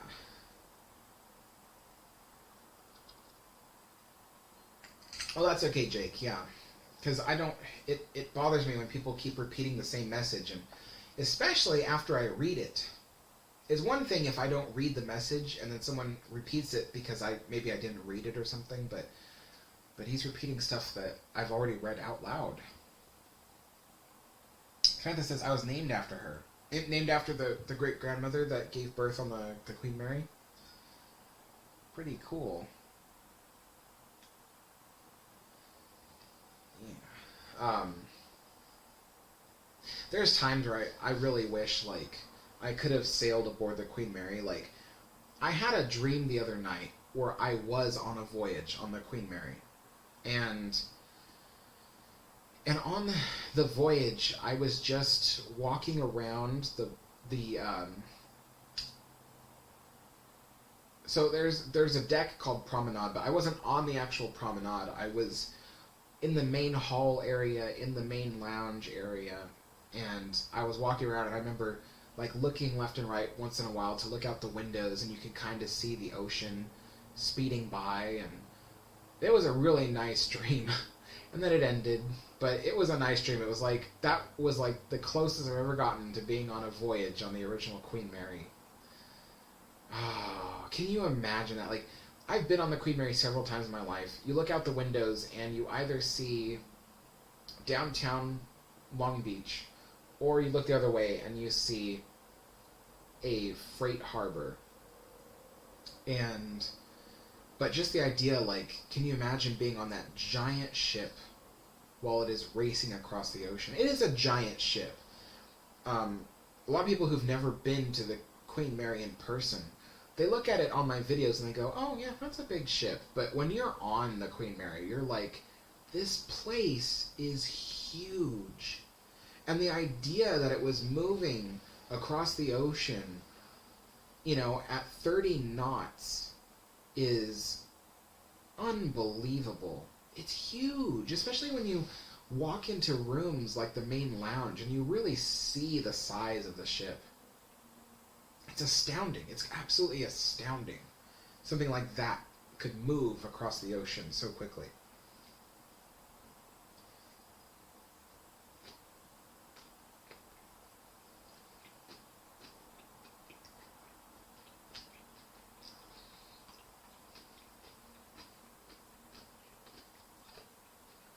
Samantha, did you say you have 43 middle names?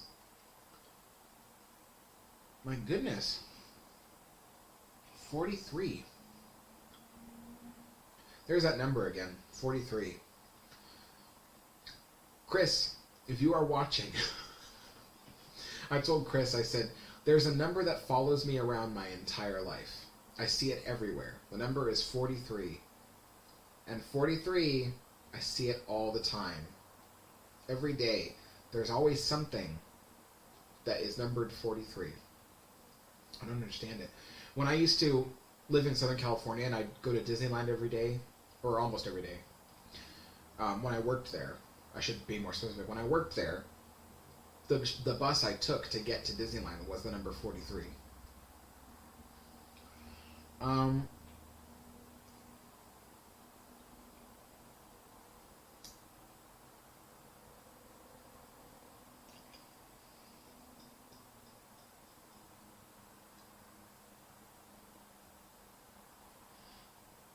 Professor Ismail says, what do you think about the China Titanic replica? Oh, the one they're building at the theme park? I don't know. I mean, it's canceled, so they're not building it anymore, but I heard there was going to be sheer, so I was like really amazed by that. And then I don't know, but I do know that they were going to put a lot of like amphitheaters and stuff in there, so I don't know. It's too early for me to say like what I would have thought about it, because I don't really know what it would have looked like. It was looking like it was going to be accurate, but hard to say for sure. But NCC says, I wish something like Titanic Honor and Glory would be made for Queen Mary. Me too, honestly. Of course, it's not everybody's priority because the Queen Mary is still around, but yeah, I would love to see something like that where you can explore every deck, every area of the Queen Mary on your computer. That would be so amazing. Hello, John.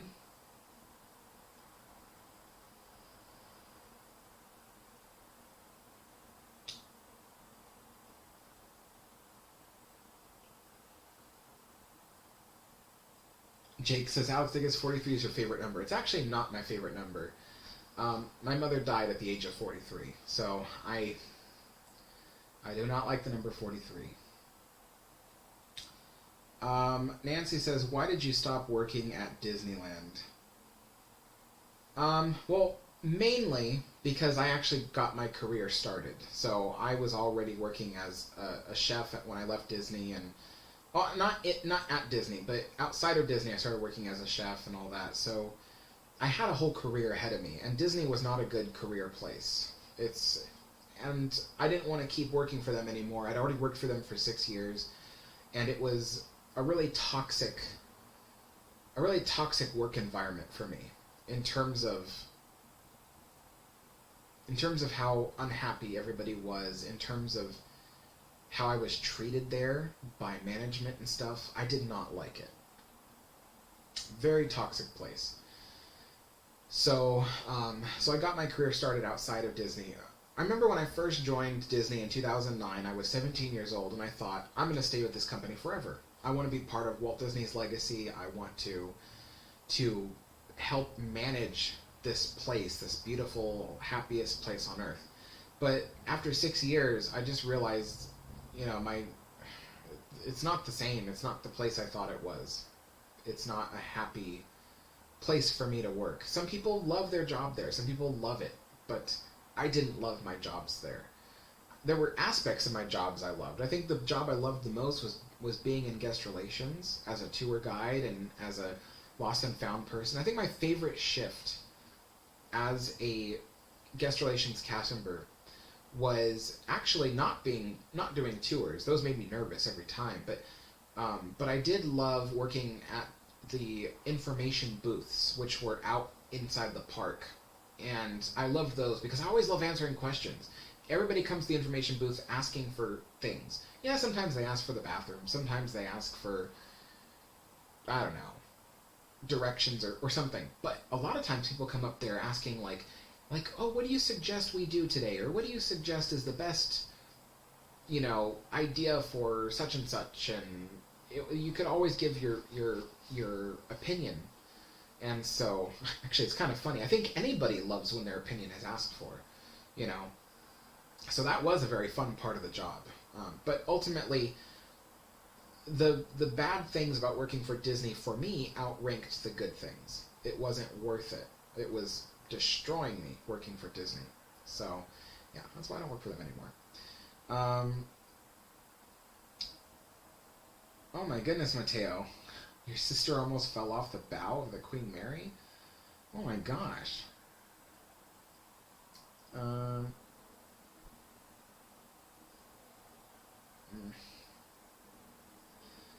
Yeah, so...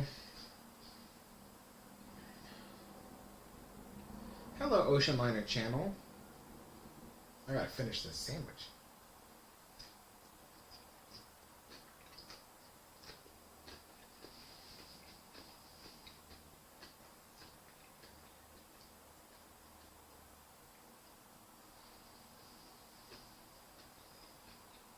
Still my favorite tea sandwich is the cucumber. Oh my gosh. I don't know what it is. I think it's the garlic. I think the garlic in the tea sandwich really, brings out the flavor of everything in it. Perfect. Oh, thank you, Samantha. Yeah, my mother died in 2016 as well. It was a really difficult time because my mother and I did not have good relations. We didn't get along, and so it was really difficult because the night before she passed away, she and I had a really big argument. So yeah, so it was just a really difficult time. And 2016 was when I started my channel, so I started my channel because of my mother. So I needed to get my mind off of things. My grandmother, who I considered to be like my own mother, she was on my dad's side of the family. Her name was Teresa. So she was a wonderful grandmother, and she also passed away in September of 2016 as well. So I lost my mother and my grandmother in the same year, and my career at Disney was not going very well. I was very unhappy being there in 2016, so with all those big changes, I was going through a lot, and my schizophrenia was worsening at that time. So I remember thinking at the time, the one thing I loved to do the most was talk about Disneyland. That was the one thing I loved to do the most back then. So I thought, why don't I make a channel on YouTube where I just talk about the history of every ride? Because I would watch YouTube videos about people talking about the history of these various rides and things. And I thought, these people, they have good information, but they only have the same information. And I go across all these channels, everybody's repeating the same stuff, and I have all this new stuff I could tell. So I started my channel August of that year, and I started doing like my first episodes then. My grandmother passed away the next month. She did know about my channel just prior to her passing, because I told her. And she wished me good luck on it. But so becoming Alex the Historian really pulled me through the tough times, because I was able to escape and talk about Disneyland all the time. And so I would say that this channel really pulled me back from a dark time in my life. And even to this day, it's brought me more and more goodness, I would say. I wasn't happy with the person I was back in 2016. I was very unhappy with myself back then. And I met, somebody really cool, a cool friend of mine, Eric.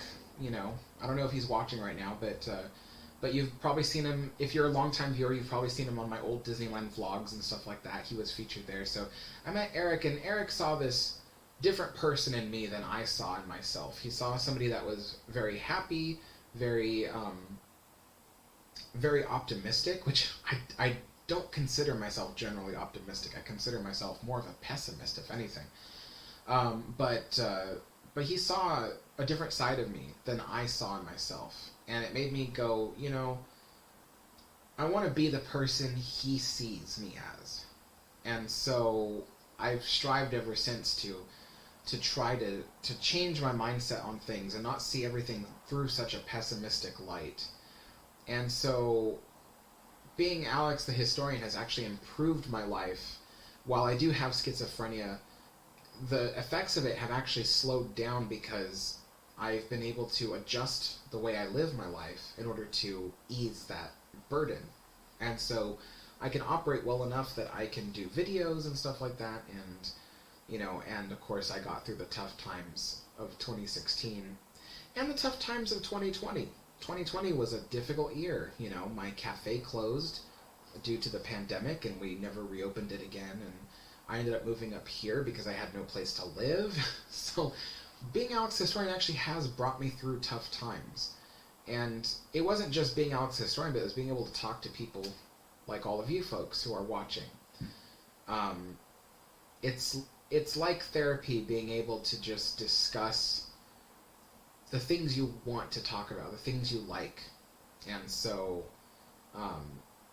and it almost feels like I have a bunch of friends who are watching right now. I do have a bunch of friends who are watching. I already have Mateo, who's on here anyway. So, and then I think, Chris was watching a few minutes ago. Eric joined for the beginning of the live stream. So it was, it's, no matter how hard things get in my life, I'm able to come back to this channel and be able to relieve the stress and the sadness. So yeah, and these tea times are really a godsend, because I live so far from where I grew up that the only people I have up here that I can see in person is my sister and my brother-in-law. So I don't really have my friends up here that much, and so it's kind of nice to be able to at least hang out with all of you guys on YouTube, because it doesn't feel so lonely sometimes. So I know I have to get out and try to meet new people, but it's hard to do. I don't have a car. I live so far away from the center of Portland, and and stuff like that. So it is really difficult to meet new people way out here. So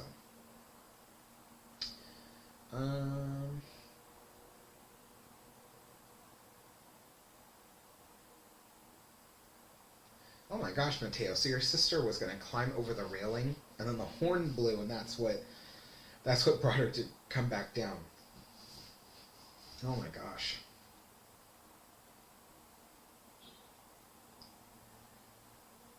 Nancy says, I never knew you were a chef. Pretty cool. Yeah, that was my passion in life. For the longest time, I didn't know what I was going to do with my life. I thought, well, what am I passionate about? And I thought, I'm passionate about 10 million things, but I'm not particularly good at any of them. And then I thought about, my dad's side of the family, they're all really good cooks. And so my dad taught me how to cook. My grandma taught me how to cook. My aunts and uncles, they all taught me how to cook. So I thought, maybe that's what I'll do. So I ended up going to culinary school to learn about the science of cooking and understand new techniques and things that I, couldn't learn at home very easily or very quickly. So culinary school, I don't regret going there at all. I mean, granted, my schizophrenia is too advanced now for me to work in a kitchen, but it was good for how long it lasted. I made it to my dream. My dream was to be a chef. I was helping open one cafe. After that, I went to move on and open my own cafe. So I became a chef. So I reached my goal in that part of my life. And my life is kind of like chapters. It's really weird. Some people's lives are relatively the same chapter the whole way. They have the same job, same career, same family, same friends throughout their whole life. But me, my life is several different chapters. And so with each of those chapters ending, it's like I have a whole new life that starts. And so it is kind of weird. The chapter of my life where I was a chef and a cook, and I was into the culinary industry and stuff, feels like a world away from what I do now. It feels like a complete world away. And then the life I was living when I first, got my first jobs and things like that, that felt like a completely different life as well, because I thought I was going to move up in Disney. I thought I was going to work my way to the top. And that was a whole different chapter of my life too. I had a whole different set of friends back then, whole different everything. It was so crazy. Let's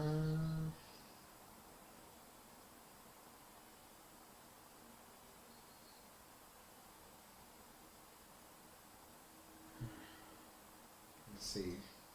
Thank you everybody for your good wishes. It's hard for me to read that stuff out loud. I try to feel happy and stuff and get my mind off of those things. So, but yeah, thank you so much for the things you're saying. Thank you, Mateo. Mateo, you're one of the most pessimistic people I know, so the fact that you're saying that my channel's positivity is a real inspiration, that's a good compliment. Alright, see you later, Queen Mary. Thanks for joining the live stream.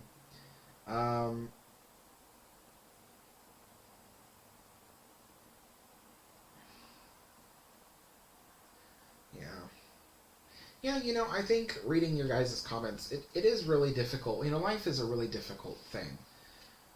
And it's funny because, so, I think the point I want to make is, we all try to do things in life that make us happy and fulfilled, and some of us want fame and glory, some of us want a simple life where we can just be content. I'm one of those people where, despite having a YouTube channel, I don't want fame and glory. I want to just have a content life. I'm perfectly happy living in this little studio apartment for the rest of my life, if that's what need be. Perfectly content with it. I don't need a palace. I don't need all that stuff. I don't need fame. I don't need any of that stuff. I just want to be content in life. And, I think sometimes it's really difficult because difficult things happen to us, either financial or emotional. Sometimes we lose people along the way.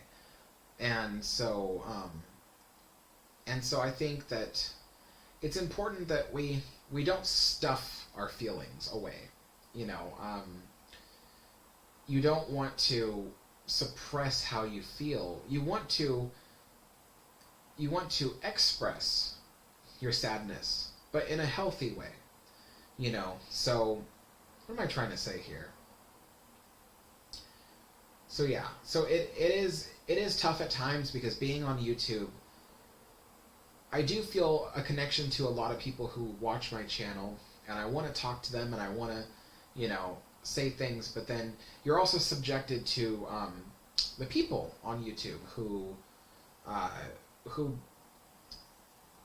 I guess you could call them just trolls, people who are just like, oh, well, whatever, let's just, say something really rude and stuff. There is a gnat in here. So yeah, it is difficult, but I think the important thing is that you have to find something that you're passionate about that is a way for you to not just escape, but maybe something that helps you to think positively about those things. It is difficult, like my grandmother, when she passed away, that was a really difficult time for me.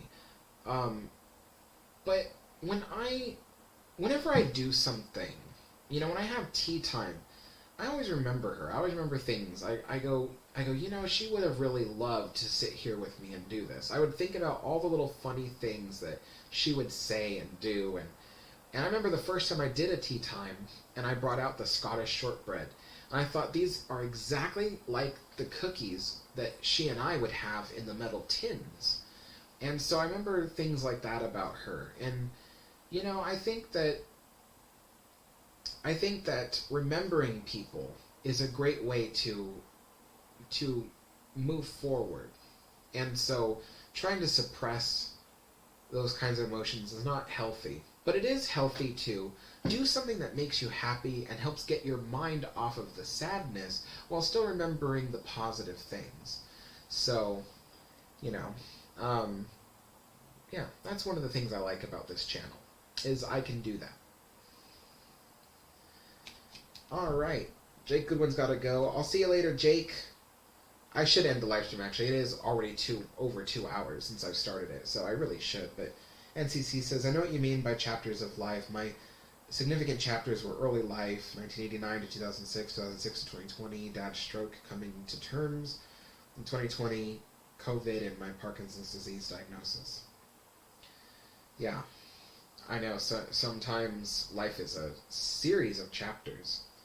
So, yeah, it's really difficult. I hope that things aren't too difficult for you, at least in the future, if not now. But I hope that I want everybody to be happy. I think that's one of the things I do for my channel. It makes me happy doing this, and I think that if I can take a moment to help people escape from their realities, or just to explore something that they like to talk about in terms of Disneyland, ships, and all that kind of stuff, it's great. So all I can say is hang in there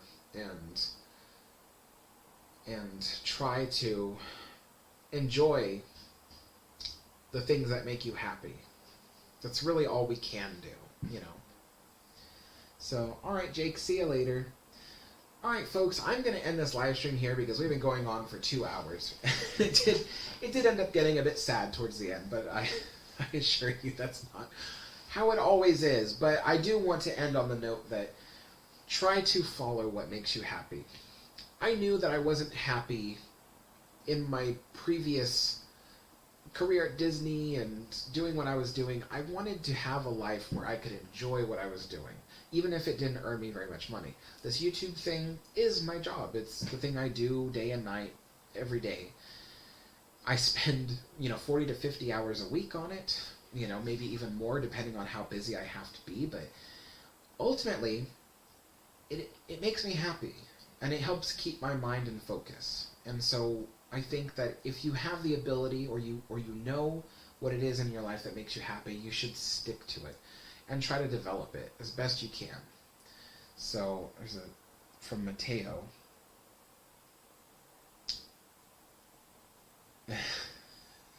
Alex the Chad. We're like, okay, thank you. All right, everybody. I think the next live stream, what is today? Today's Tuesday. So the next tea time will be Thursday. Yeah, Thursday, 4 p.m. Tonight, probably in about 2 hours. I'm not going to say absolutely positively, but in about 2 hours, on my Alex Abner channel, I'm going to live stream me and my friend Shiloh playing some kind of World War II game called Enlisted. I've never played it before, so we're going to try that on the Alex Abner channel. And then tomorrow on the Alex Abner channel, I will particularly schedule a live stream where I play the Disneyland Railroad Simulator. Really cool game. It's real. I'm actually really excited about that. So you will see that tomorrow on the Alex Abner channel. And then I'm hoping for this channel on Friday, I will have some kind of Disneyland history video for all of you. So stay tuned for all of that. Once again, sign up to my Patreon or my YouTube memberships. Links are in the description below to help support the channel if you wish. So thank you all for joining me, and I'll see you all next time. Bye-bye.